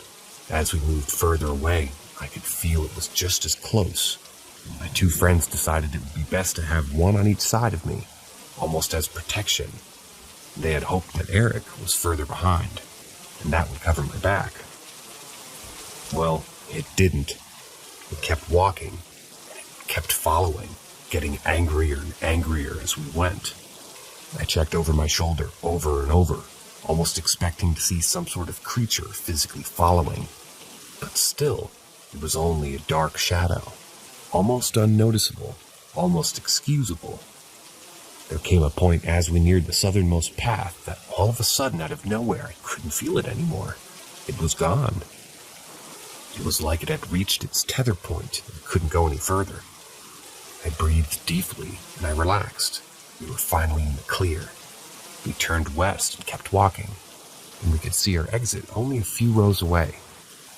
My friend on my left got distracted by a cool gravestone and stepped away from the side completely, which I hadn't barely noticed. Then it touched me. Being suddenly surrounded by a spirit of fury, it grabbed my shoulders and it felt its hot breath as it whispered into my ear. I didn't even give it time to say anything. If I did, I would have remembered or understood it. I just yelped and jumped away, hopefully out of its grasp. All three of my friends jumped into defensive mode and prayed for it to leave me. And once it had been pushed far enough back, we booked it out to the exit. Just outside the exit, a security guard from the mental health home was looking in, probably concerned that he saw 4 young people walking around the cemetery. As we booked it past him, he asked if we were in danger, and we honestly didn't know how to even answer him, as most people laugh at us when we explain how real spirits and ghosts are. Not stopping to talk, we passed the man and continued back down the hill towards the school, the guard just staring into the cemetery, looking for what we were running from. The whole way back to my car, my friends were praying that if the spirit had attached itself to me, that the bond would be broken. And before we got in the car, they prayed more. And the whole drive home, they prayed that it wouldn't and couldn't follow. Before walking into my apartment, they gave a final prayer that it was not welcome and couldn't enter. I was supposed to just drop them off, and they would drive the hour back home so they could work in the morning. They didn't leave me alone that night, and I don't think any of us really slept, even though it was stone cold silent until the sun came up.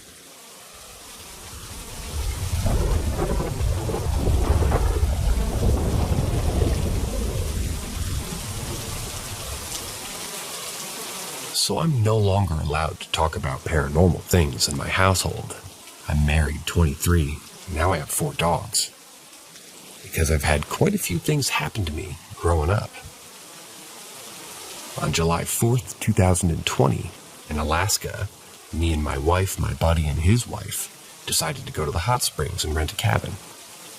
While there, we came up on the subject of the paranormal, and I explained the things that had happened to me previously. We laughed about it, and I started playing around later in the restaurant. If you're there, flicker the lights. And weirdly enough, one did flicker, hard. Ignoring it, I saw a bird feeder out of the window, and I decided, if you're truly there, make this bird leave, thinking it would fly away eventually. Instead, it got absolutely bodied by a much larger bird. Horrified, my wife decided that that was enough for me. That night, my buddy's wife had something tug her hair in her sleep, and had also seen something. My wife had something wake her up, but it was completely silent.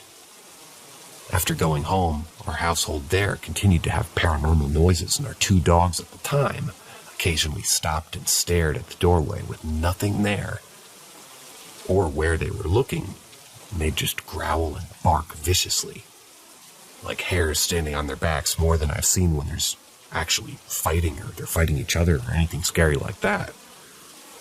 Also, something wouldn't let my wife sleep for 4 days straight by pushing on her legs when she was almost asleep and making noises in the hallway. I even talked about it at her friend's place, and soon after that had experienced paranormal things too. So consequently, I've been banned from talking about these things out loud. Not really sure what to make of it, but sounds like a Ouija board is the last thing that I should touch.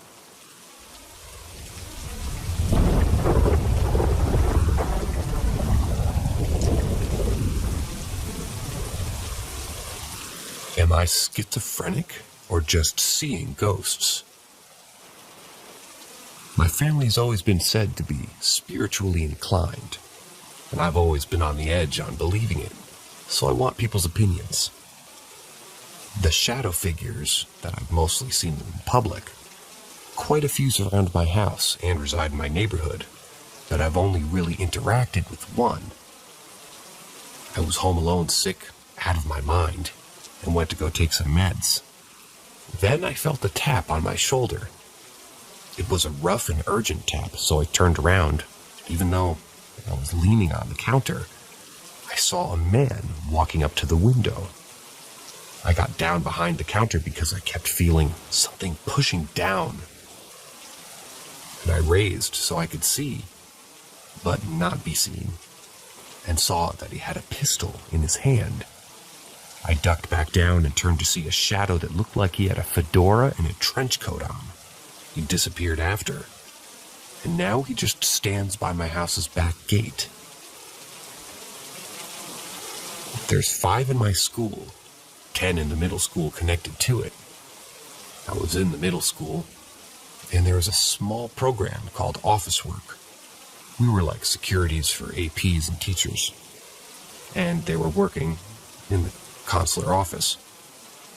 I went to pick a kid up from class, and once I stood in front of the room, but there were the 10 shadows. I wish I never took that job or that room. They said some terrible shit no human should hear. It made jabs at my body, and one said I would rape her if she wasn't so fat. The teacher didn't do shit neither, and neither did the students in the room. I told the other workers, and from then on, they'd been taking care of that room. But apparently a month after the incident, an old worker who left the school ran into the shit. I guess we're going to call these guys shitheads, ran into the shitheads. And they were talking about going through with what they had said, and got into a huge fight. The ex-workers, a group of 10, and the 7th graders group of 12. The ex-workers group, one being older. I haven't really heard of any of them since. The shadows at the schools have been showing up wherever bad things are just about to happen, so I've been avoiding them as much as I can. Dreams. I've had dreams where I talk to the dead, and I've cried even harder each dream. And each time I have a dream. The first time, it was my late grandpa on the night of my mom's birthday. I came out to the entire household 2 weeks before. I was in the park sitting on a bench when someone sat down next to me. I looked over, and lo and behold, there he was. We hugged and talked a bit. I asked him what had happened after death, and he said that he couldn't tell me. That eventually he had to leave. But the last thing he said was, "Tell your mom happy birthday, and that I miss her, and not to let my old hag get the worst of her. Also, congratulations on coming out. You'll make an amazing grandson, granddaughter, and grandchild." I wasn't out as gender fluid yet, but the fact that he knew made me sad that I couldn't tell him face to face, and even sadder that I didn't spend more time with him. I had a dream with several Asian ancestors from both parents. and they were playing poker, and they were making bets on grandchildren like my cousin getting into med school or my younger sister dropping out. They were all written on sticky notes on a wall. I talked to them about it, and one of them got up, I guess. Oh, this reminds me. He got up and pulled 5 sticky notes from the wall. 1 with my name on it. Gets into culinary. 2, my name again. Getting into a toxic relationship. 3, yet again my name. Toxic relationship. 4, my name yet finally. Traumatized. And 5, I guess that wasn't finally, here's finally. My name is the first cousin to die. The 5th one took me back, and my grandmother, who was in hospice, walked in. Once I woke up, I was told my grandmother passed away in her sleep with a huge smile. This made me cry the most.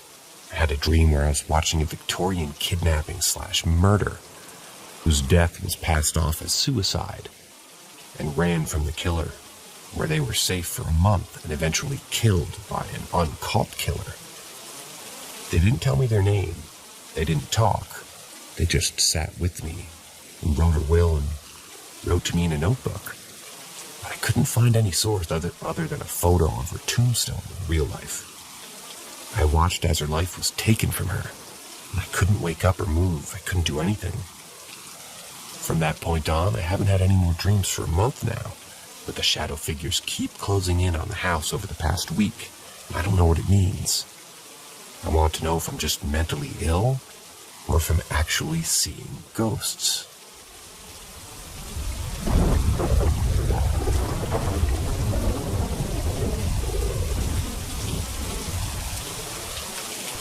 Ghost in math class. This happened when I was in 8th grade. I was sitting in my math classroom silently doing my homework. Keep in mind that my teacher had just yelled at the class, so absolutely no one was talking and no one was allowed to get up from their seats, no matter what. Strict teacher. As I was working on my math homework, I felt a rather hard double tap on my left shoulder. I turned my head. No one was there. I sat in the back left corner, so no one could tap me from my left. The person who sat to my right was absent that day, and the person in front of me couldn't have tapped my shoulder. I would have seen them, and plus, they weren't allowed to get up from their desk. The teacher was also at their desk, so it couldn't have been them either. Before this experience, I didn't per se not believe in ghosts, but I was skeptical. But now that I've had an experience where literally no logical answer could be had, I most definitely do.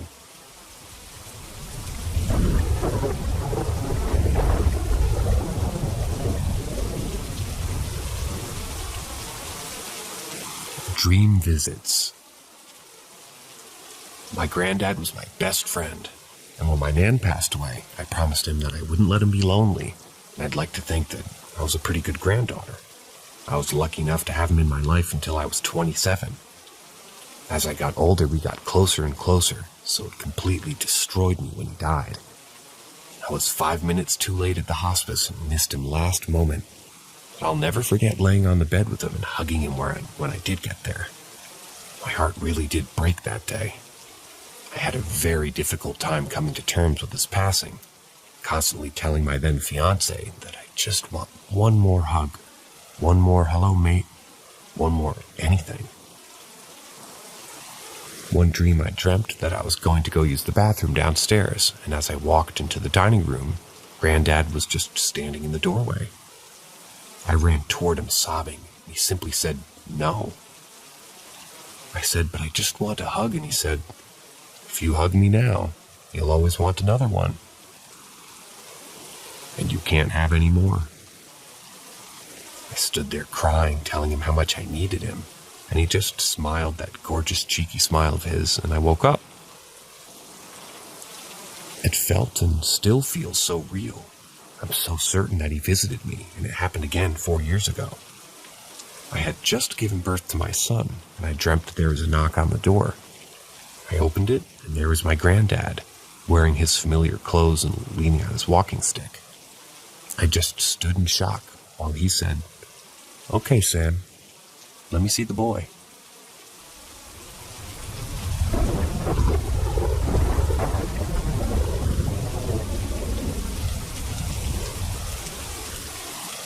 Loud crashes and scratching in the night. For the past week and a half, my fiance and I have been hearing weird noises at night. They always happen around 3 or 4 a.m., and always in the same order. There's a loud crashing noise from the kitchen that sounds like plates crashing on the ground. Next is what sounds like our dryer or washer machine door slamming shut. Finally, we hear scratching noises around her room. My fiance has claimed that she's heard footsteps, but I haven't heard them yet. I live on the 3rd floor apartment with no one above us, but we have someone to our side. There looks to be a crawl space/attic area above us, so maybe it's rodents doing the scratching and my neighbors slamming doors, but I can't justify the noise of plates crashing. Additionally, we're dog sitting and the dog ran out of the room early in the night barking and heading for the front door. I want to say that it was maybe a neighbor leaving or coming home. However, the dog was growling once we got to him, and we got him to lay on the bed until we got up for the day.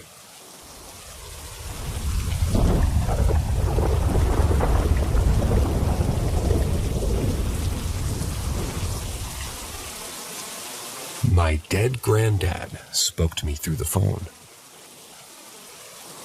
I must state that I didn't believe in spirits or the afterlife until this moment. It's baffled me since it happened. Around 4 weeks ago, I was getting the kids ready for school and randomly had this sudden urge to go see my granddad at his grave. Like a strange urge which I've never had before. Until then, I hadn't been able to visit his grave in probably close to 8 or maybe 9 years or more. I'd say more likely 10 years. Anyway, I took my youngest son with me as he isn't in school or nursery yet. We visited him, spent about 15 or 20 minutes there, sobbed my eyes out while I sat in front of his grave. Never got to really see him as he died when I was 3. And I have like one pretty clear memory of him. So this was completely new to me, but something overcame me and I just lost control over my emotions. I said goodbye, cleaned his tombstone up a bit before parting ways. We got back to the car and proceeded to exit the cemetery. I must stress that the radio is on. There was no noise in the car at all. My phone was in the cup holder upright, with the case closed, so impossible for me to touch anything or catch something by mistake. My son was being quiet in the back, very rare for him. We drove out of the cemetery.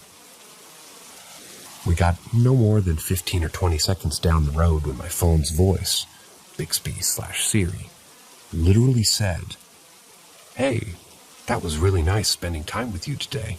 You've made my day." I pulled over in disbelief of what just happened and called my mom to tell her. But I couldn't hold it together and absolutely cried my heart out until I could drive again. It was a little creepy, but also very, very heartwarming.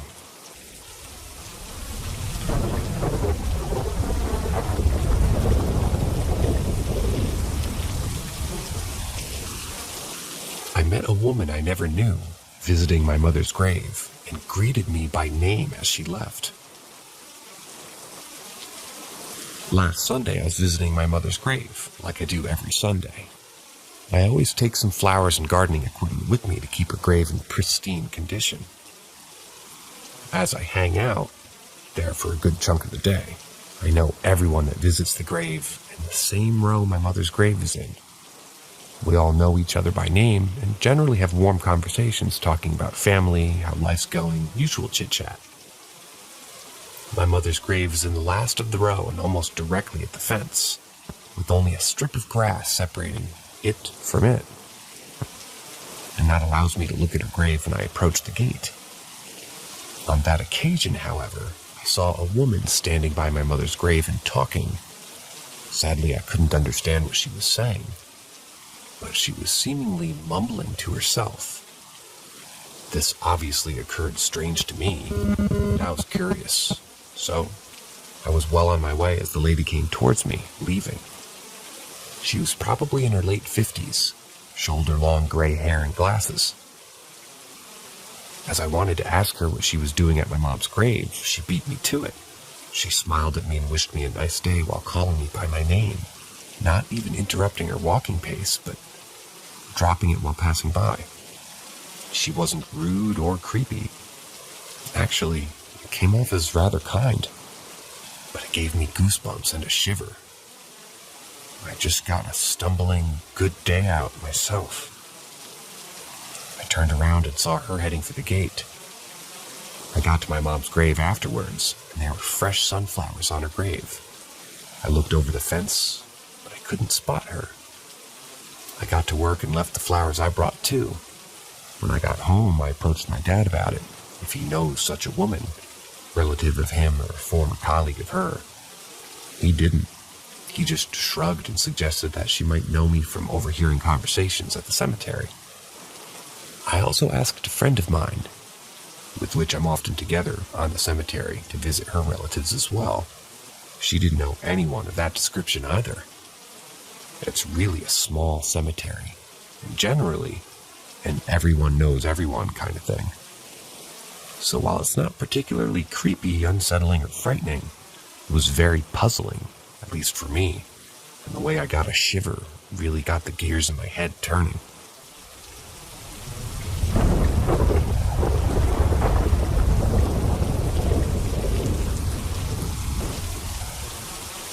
The ghost demon that kept following me. So when I was 14 or 15 years old, my parents owned a trailer. One of those that you attach to the bumper of a truck, so a travel trailer. I had bunk beds in it, and I would sleep on the top. We went on a trip near Cloudcroft, NM, during COVID. We went to get out of the house. On the third night, I remember getting up in the middle of the night. It was pitch black because we were out in the mountains. When I peeked out of the curtain, I could see this figure in the dark, and the only thing I could see is its piercing white eyes looking at me. I lay back down trying to sleep again, but not longer after do I hear scratching on the floor. I didn't get up, but I felt a presence behind me, as if it was just looking at me. I remember crying to sleep that night. The next encounter I had was in my own room. I was 16 at the time, and it was around 12 a.m., maybe to 1. I was just scrolling through my phone before bed, when I turned off my phone, and after 15 minutes of trying to go to bed, I opened my eyes and looked at the foot of my bed, and it was just staring at me. Again, I put my head underneath the covers, trying to get rid of it or make it go away. It was just observing me. I could feel its eyes seeing through me. My last encounter was also on a trip, this time to San Antonio. It was night again, but this time my parents bought a new fifth-wheel trailer. I had my own room with a door. I was staying up on my phone once again, but this one is different. I couldn't get it all. But this one is different. If couldn't get in all I remember, interesting wording, is that I was scratching the door. Trying to get in. After a while, I think it gave up and thankfully left. I apologize for my abbreviations there.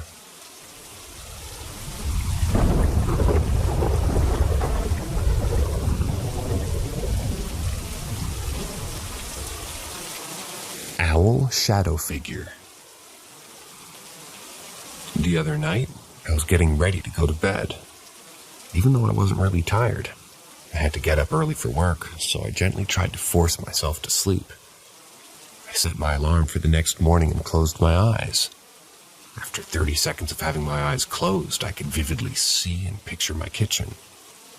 I often have pre-dreams, dreams when I'm still conscious before I'm about to fall asleep, but they're never this vividly clear. Standing in my kitchen was this shadow figure. The shadow figure was looking toward my kitchen sink with its hands held out in front of its body. The shadow figure was standing pretty still, but after looking at him for a few seconds, he turned his head towards me. The figure had a large, dark, ominous owl head attached to its human-looking body. Since I was still conscious, and now slightly unsettled, I opened my eyes. After trying to analyze what I just saw, I tried to re-enter this pre-dream to try to investigate why this shadow figure's in my home. But I was unsuccessful. I believe that my home has a few spirits, but I've never encountered one like this before. I tried to research if anyone else has documented seeing an owl shadow figure, but I can't seem to find anything.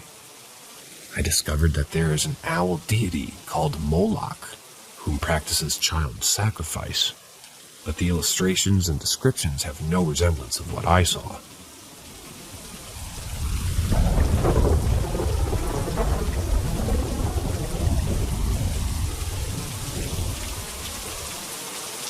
Paranormal Hospital. I was a surgical technologist in labor and delivery for about 10 years. I worked for a non-for-profit Catholic hospital for almost 4 years out of the 10. When I first started in the department, 2 techs had already worked there for a very long time. We'll call them M and J, and myself, K, told me stories about Sister Mary Margaret, who was a surgery tech back when the hospital was still ran by nuns. Needless to say, Sister Mary Margaret was very much by the book and left little room for her co-workers' errors. Jay knew about Sister Mary Margaret, but M had worked there so long. She'd actually worked with the nun. M began to tell tales about instances when she'd heard Sister Mother Mary Margaret in the OR suite long after she'd passed away, and up to the current time frame. Being a born skeptic, I thought M and J were just hazing the new girl. I wasn't buying a bit of their nonsense. Well, fast forward to when I'm off of orientation and working my 12-hour night shifts. I'd be in the back, setting up the OR suite or stocking supplies, and I could hear the shuffle of shoe covers, just as high heels made the clack-clack sound. There's a very distinct sound that shoe covers make when they truffle along the hospital floor. I just sleuthed it out and figured M and J might pull one of their night shift nurses up to prank me, or just to see if I'd fall for it. Well, I just had to hop out there, catch them in the act, and let them know that they weren't fooling anybody. So, I popped out into the hallway, ready to scare the scrub pants off of whomever was trying to prank me. But when I jumped into the hallway, no one was there. There was no movement in the hallway. Swinging of the doors, chatter of the intercoms, nothing. Needless to say, I was really perplexed. So that first incident just kinda got a shrug from me and I went along working. As time passed, these incidents became more and more frequent. We had more new employees, and M and J were training them. M and her new orientee had an incident where sterile supplies were on the OR bed and the bulb syringe floated from the top of the supply line at a 90-degree angle for about a minute and then dropped to the floor. I really began believing them that they relayed that story to me during a report. I could tell that they were both honestly shaken up by the whole ordeal, and I actually felt pretty bad for them. They were scared, trust me. These two were not actresses. There was no way that they could have given such an Oscar-worthy performance either. I continued having my own encounters with the shuffling shoe covers, unintelligible whispering, all of the hallmarks of a typical haunting. Some of my tech co-workers continued reporting the same kind of activity. None of the activity was as egregious as what M and her orientee experienced with the floating bulb syringe in midair. When this all stopped being amusing to me, when I went to the OR at about 2:30 or 3 a.m. to stock linens and sterile water and saline into the warmer. I'd done this 100 times. It wasn't anything new. For those of you who are not familiar with hospital warmers, they're equivalent to leaving the hospital and going straight to Narnia. These miraculous inventions are what makes your hospital blanket so nice and toasty. We also put sterile water and saline into the top portion of the warmer to heat up liquids used externally so the patient doesn't get hypothermic. To give you a visual, it literally looks like an industrial-sized stainless steel refrigerator. It performs in the same way, except instead of making everything cold, it warms everything up. Thus, the hospital warmer. I had taken a linen cart and some water and saline bottles with me to stock up everything. I left the cart in the hallway outside of our 2 surgical suites. The warmer was in between both OR suites in a little cubby beside our crash cart. As you very well know, hospitals are known for migraine-inducing bright light. This was one of the few things that I disliked about working in the hospital. Whenever I was able, I'd spare the blinding fluorescent lights as much as possible. So, I proceeded to stock the warmer without turning the lights on to spare myself the glare whenever I could. The OR suites were darkened and shadowy, but I could always easily get around. I'm sure everyone's familiar with refrigerators and freezers already, and they're aware the refrigerator's pretty cold and the freezer part is obviously frozen cold. The warmers at the hospital basically work on the same premise. The refrigerator part warms the blankets, while the freezer part makes the external water and saline bottles really toasty. That's exactly what we want. So I opened the refrigerator part and expect it to be hit in the face with some pretty arid heat. It was cold. Wait, what? Is it broken? It has to be. There's no way this warmer could be this cold. Something's not right. Then, I also checked the freezer portion, which should have been even hotter. It was actually colder. Nope, this isn't right. It was not normal for this warmer to be this cold. The fans were blowing warm air, but it just wasn't warming anything up. It was then that I felt an overwhelming sense of dread. I'd never felt that way at a job previously. I turned around and looked up to see a black mist and smoke toward the top of the ceiling. At first I thought maybe some part of the warmer's electric had fizzled out and this was the beginning of a fire.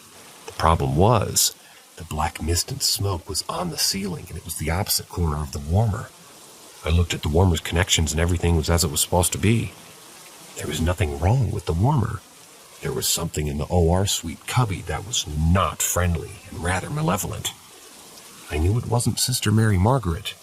She'd never do anything menacing. I can't explain how, but I knew not only that it wasn't her, I knew that she wasn't there to help protect me from whatever this was.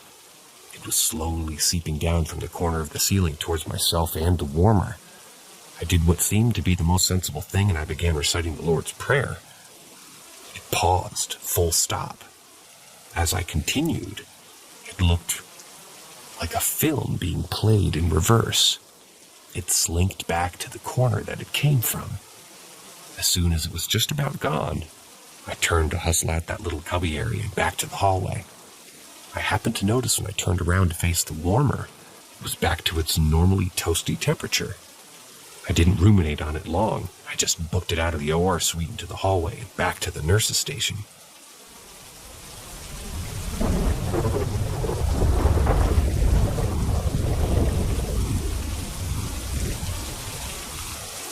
Encounter with a witch in an Indian village.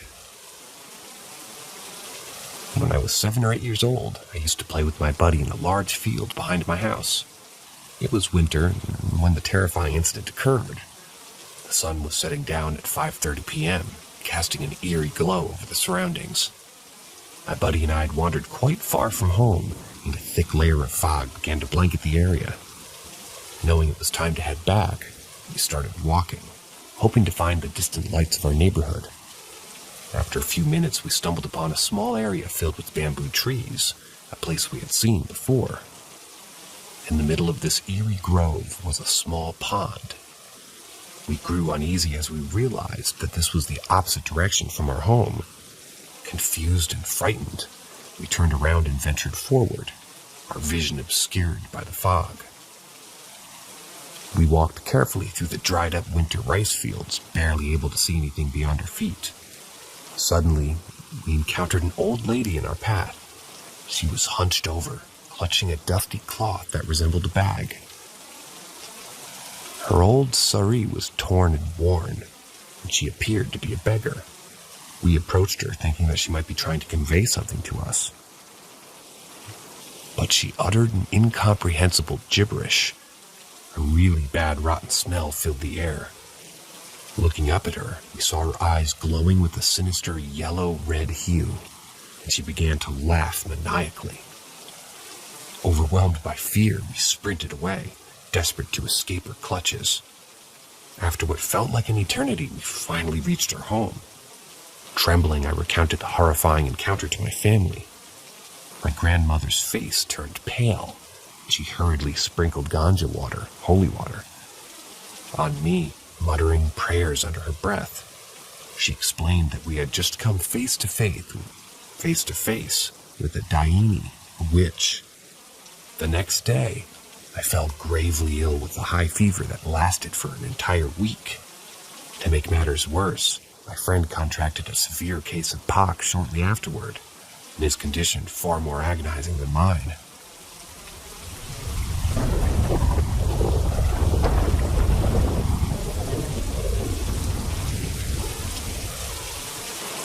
Terror unleashed upon the village. 1950s, in the heart of a remote village nestled on the border of West Bengal and Bangladesh, a sinister tale unfolded. It was the time when Charulata, a mere 11-year-old girl, bore witness to a horrifying chain of events. Whispers echoed through the village's lips, tales of an old witch lurking in the shadows of the desolate riverbanks. She dwelled in solitude far away from prying eyes. The locals believed that the presence of a practitioner or a witch near their village would inevitably invite malevolence upon their lives. That fateful year, a ghastly disease ravaged the village, claiming the lives of numerous innocent souls. While some dismissed it as a natural calamity, others pointed fingers at the dreaded witch, attributing the deaths to her malignant influence. However, such suspicions remained more speculation. One mournful day, a villager succumbed to the disease's grasp, and a few gathered to bid farewell to their fallen neighbor. They carried the lifeless body to the river's edge, intending to cremate it and release the departed soul from its earthly vessel.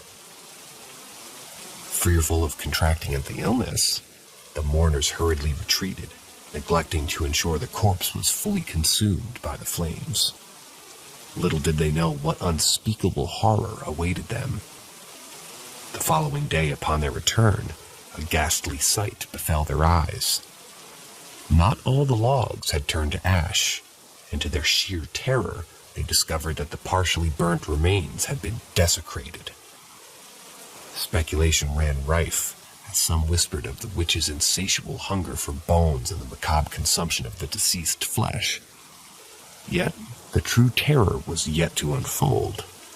It was the scorching summer, and most people preferred to sleep with their doors open at night, so they could sleep peacefully because of the gentle, cool breeze. Among them was a young family with a darling toddler. Her parents made her sleep on a cushioned jute swing, which was present at the entrance of their room. Her parents slept right beside her. In the dead of night, the mother stirred from her uneasy sleep. She sought her laughter, only to find an empty swing swaying eerily in the silence. Panic seized her heart, and she called her husband, their anguished cries tearing through the stillness of the night. The village was stirred into a frenzied action as neighbors joined the frantic search for the missing child. A chilling realization crept over the crowd when dawn broke. A group of searchers emerged, their faces drained of color, words frozen on their trembling lips. Then the village gathered, sensing the depth of their despair. With bated breath, they followed the traumatized search party to a distant location, close to the meandering river stream. There, the scene unfolded, a sight beyond human comprehension, etched forever into their souls. The lifeless body of the innocent toddler lay sprawled upon the earth, her stomach brutally lacerated by a rough and malevolent force. Her eyes, once filled with joy and wonder, were now mercilessly gouged, a chilling testament to the sheer terror she endured in her final moments. Whispers spread through the crowd, their voices trembling with terror and disbelief. Some ventured to suggest that it was the work of a savage animal, a fox or a wild dog. But as the braver crowd went near the child, they realized that it was laid directly in the exact center of a symmetrical shape, drawn with twigs.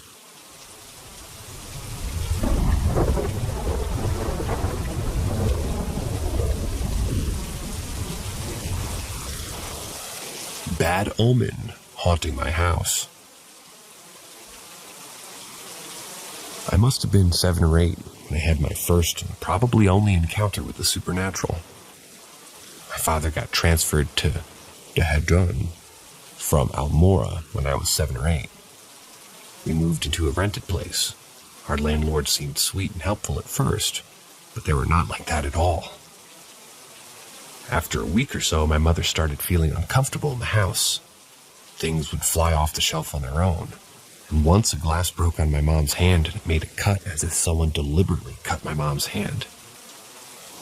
Our landlord's wife used to talk nicely with my dad, saying stuff like our family's the best, but would go tell my mom that we needed to leave as we're not welcomed right after my dad would leave from work. She was trying to drive a wedge between my mom and my dad. Things started to go a bit south, but we also did our research. Then the entire horrific story came out, including black magic.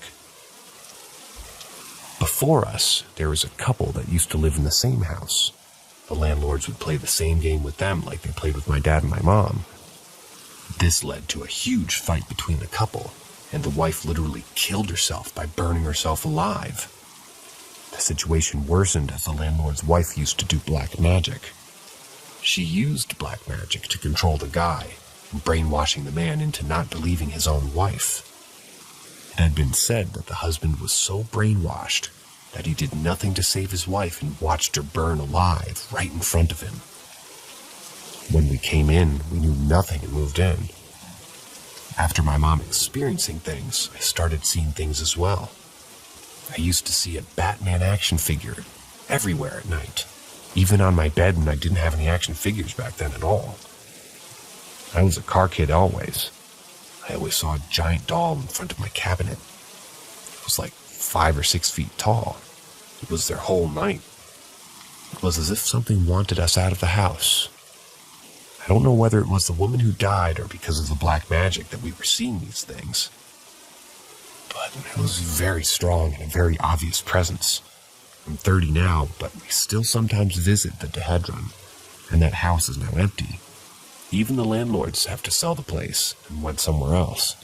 No new renter was able to live there for more than 2 months.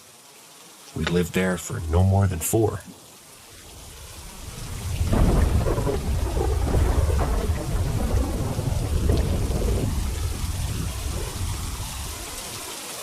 Icky feelings and one weird experience in an old townhouse. Before my husband and I got married, we rented a tiny townhouse built around the 70s. This was around 2010.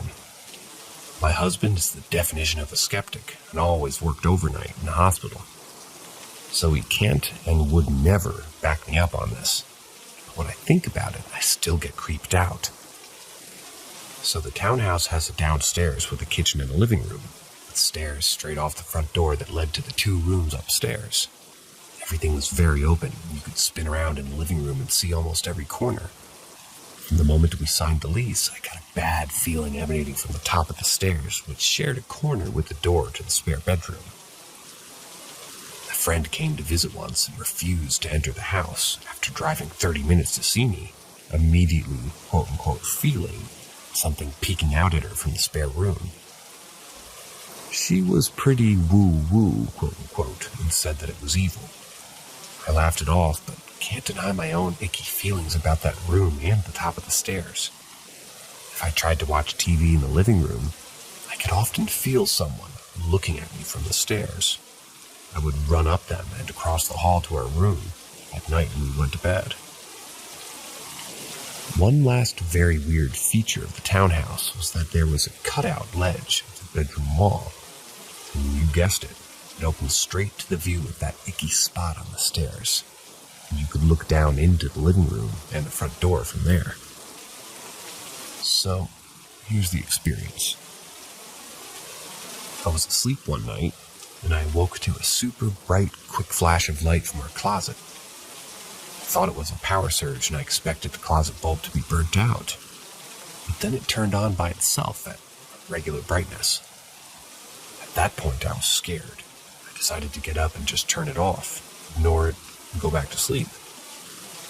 I was trying hard not to look out of the ledge, but I could feel that something was coming from the stairs. As I started to gather myself and sit up, I hear a click, and downstairs the TV turns on.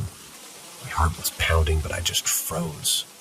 The volume starts increasing on the TV like someone's holding the button down. In a few seconds, it was blaring loud.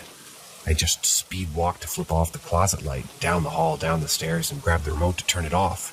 Turned around and ran as fast as I could back to bed. Nothing I can think of explains it. Nothing else that dramatic ever happened there again. But I did often feel the bed compress, like someone sat on it. And I haven't had that feeling anywhere else that I've ever slept.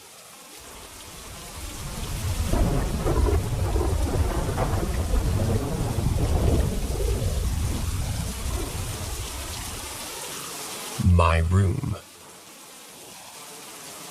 So for some context, my whole life I've always had weird, unexplainable encounters. And to be honest, I think it's because my mom is kind of witchy and does some sketchy shit. Anyway, I'm pretty sure that I have an attachment. I live in a new house with different family members. This house has gone through generations of family.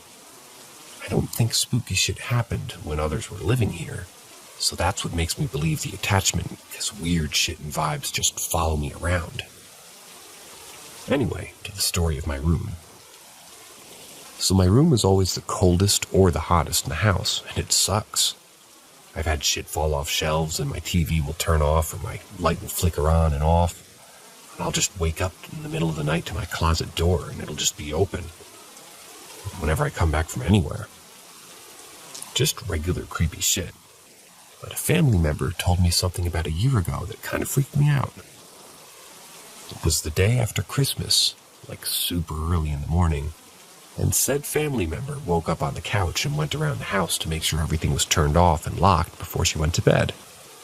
She came upstairs and saw that my door was closing, so she just thought I went to the bathroom and I was closing my door back.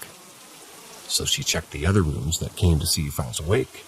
She opens my door and I'm sleeping. So she says my name and wakes me up. I was pissed because, like, what the fuck? The sun is barely up, and she asks me, "Did you just come from the bathroom?" And I said, "No." And she just casually goes, "Well, your door was just closing." And at the time I was like, okay. Then I rolled over and went back to sleep.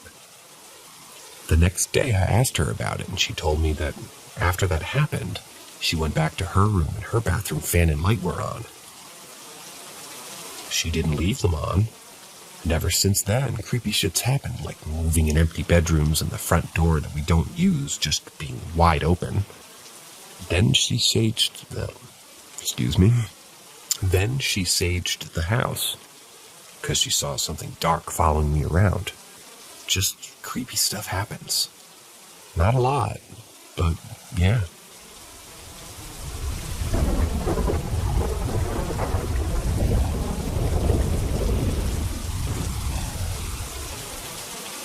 So I've had a few experiences in my past. Can someone please explain? I have a couple questions about my own experiences. I don't have enough money to actually talk to a professional. My grandma was a psychic. My mother has experiences of her own as well, with speaking to spirits and such. My mother isn't open to talking about her experiences because she fears them and my grandma had passed away quite early. First experience. My own experiences have all been in different houses, though 2 of them have been in the same property. When I was maybe 4, I was up somewhere from midnight to 2 in the morning watching TV. At the time, I heard voices and looked out the window. There were some soft talking sounds and 3 yellowish-white floating orbs passing the window. I immediately ran to my room at the time and spoke to my grandma in the morning. She had told me that they were guardian angels protecting me. Second experience. I was in 5th grade when 2 of my grandparents passed away. One was the psychic. This was in 2016. I moved into that same house in 2020. I was sleeping on the couch in the room where my grandpa had his old library that we took out. I was drifting off to sleep when, clear as day, I heard, "She's going under." It wasn't someone's voice I remembered, and it sounded as though it was maybe the next room over.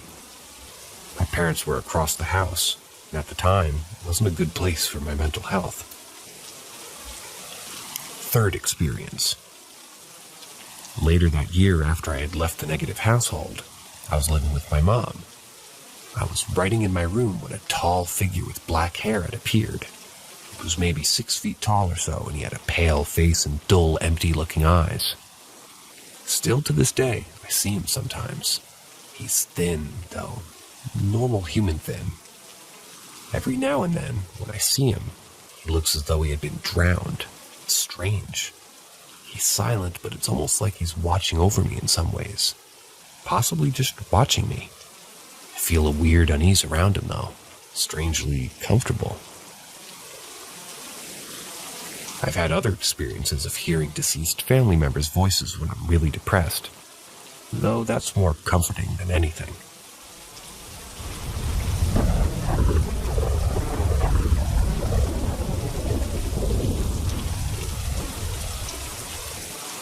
The state hospital / the hippie tree. This happened the day school got out in 2023. Me and my buddy Corey had made plans to go to 2 local haunted places in our beautiful Michigan town. One is called the hippie tree. It's a tree in the woods in our city, Traverse City. You can look up pictures if you like. It's a fallen tree that had graffiti painted all over the years. There's been many suicides, and it's alleged that it's haunted. Despite its story, it's actually really cool. Google describes it as a nexus for the unquiet spirits of those that once inhabited the hospital. Number 2 is the state hospital itself. It's nothing special, just a local abandoned hospital. Pretty sure it's been a few things, but the last time it was a mental hospital. Anyways, if you want to see what it looks like, just search up Traverse City State Hospital. To start the story, we were in Corey's basement, and it was around 9 p.m. when we went to the hippie tree to hang out and smoke the stuff we bought. After about 15 minutes of just chilling at the tree, the sun was setting, and we started our walk from the hippie tree to the hospital, which is probably about 5 minutes. During our walk, Corey kept saying that he felt something, like we weren't alone, and he never lost that feeling that whole time. Nothing really happened at the hospital, so I'll skip through that and move on to when we got back to Corey's house. We were in his basement watching Simpsons and getting high off our asses, when out of the corner of the dark room we both saw a face peer out from the stairwell. I have no idea what to make of this, but Corey believes that we brought a spirit back from the hippie tree that night.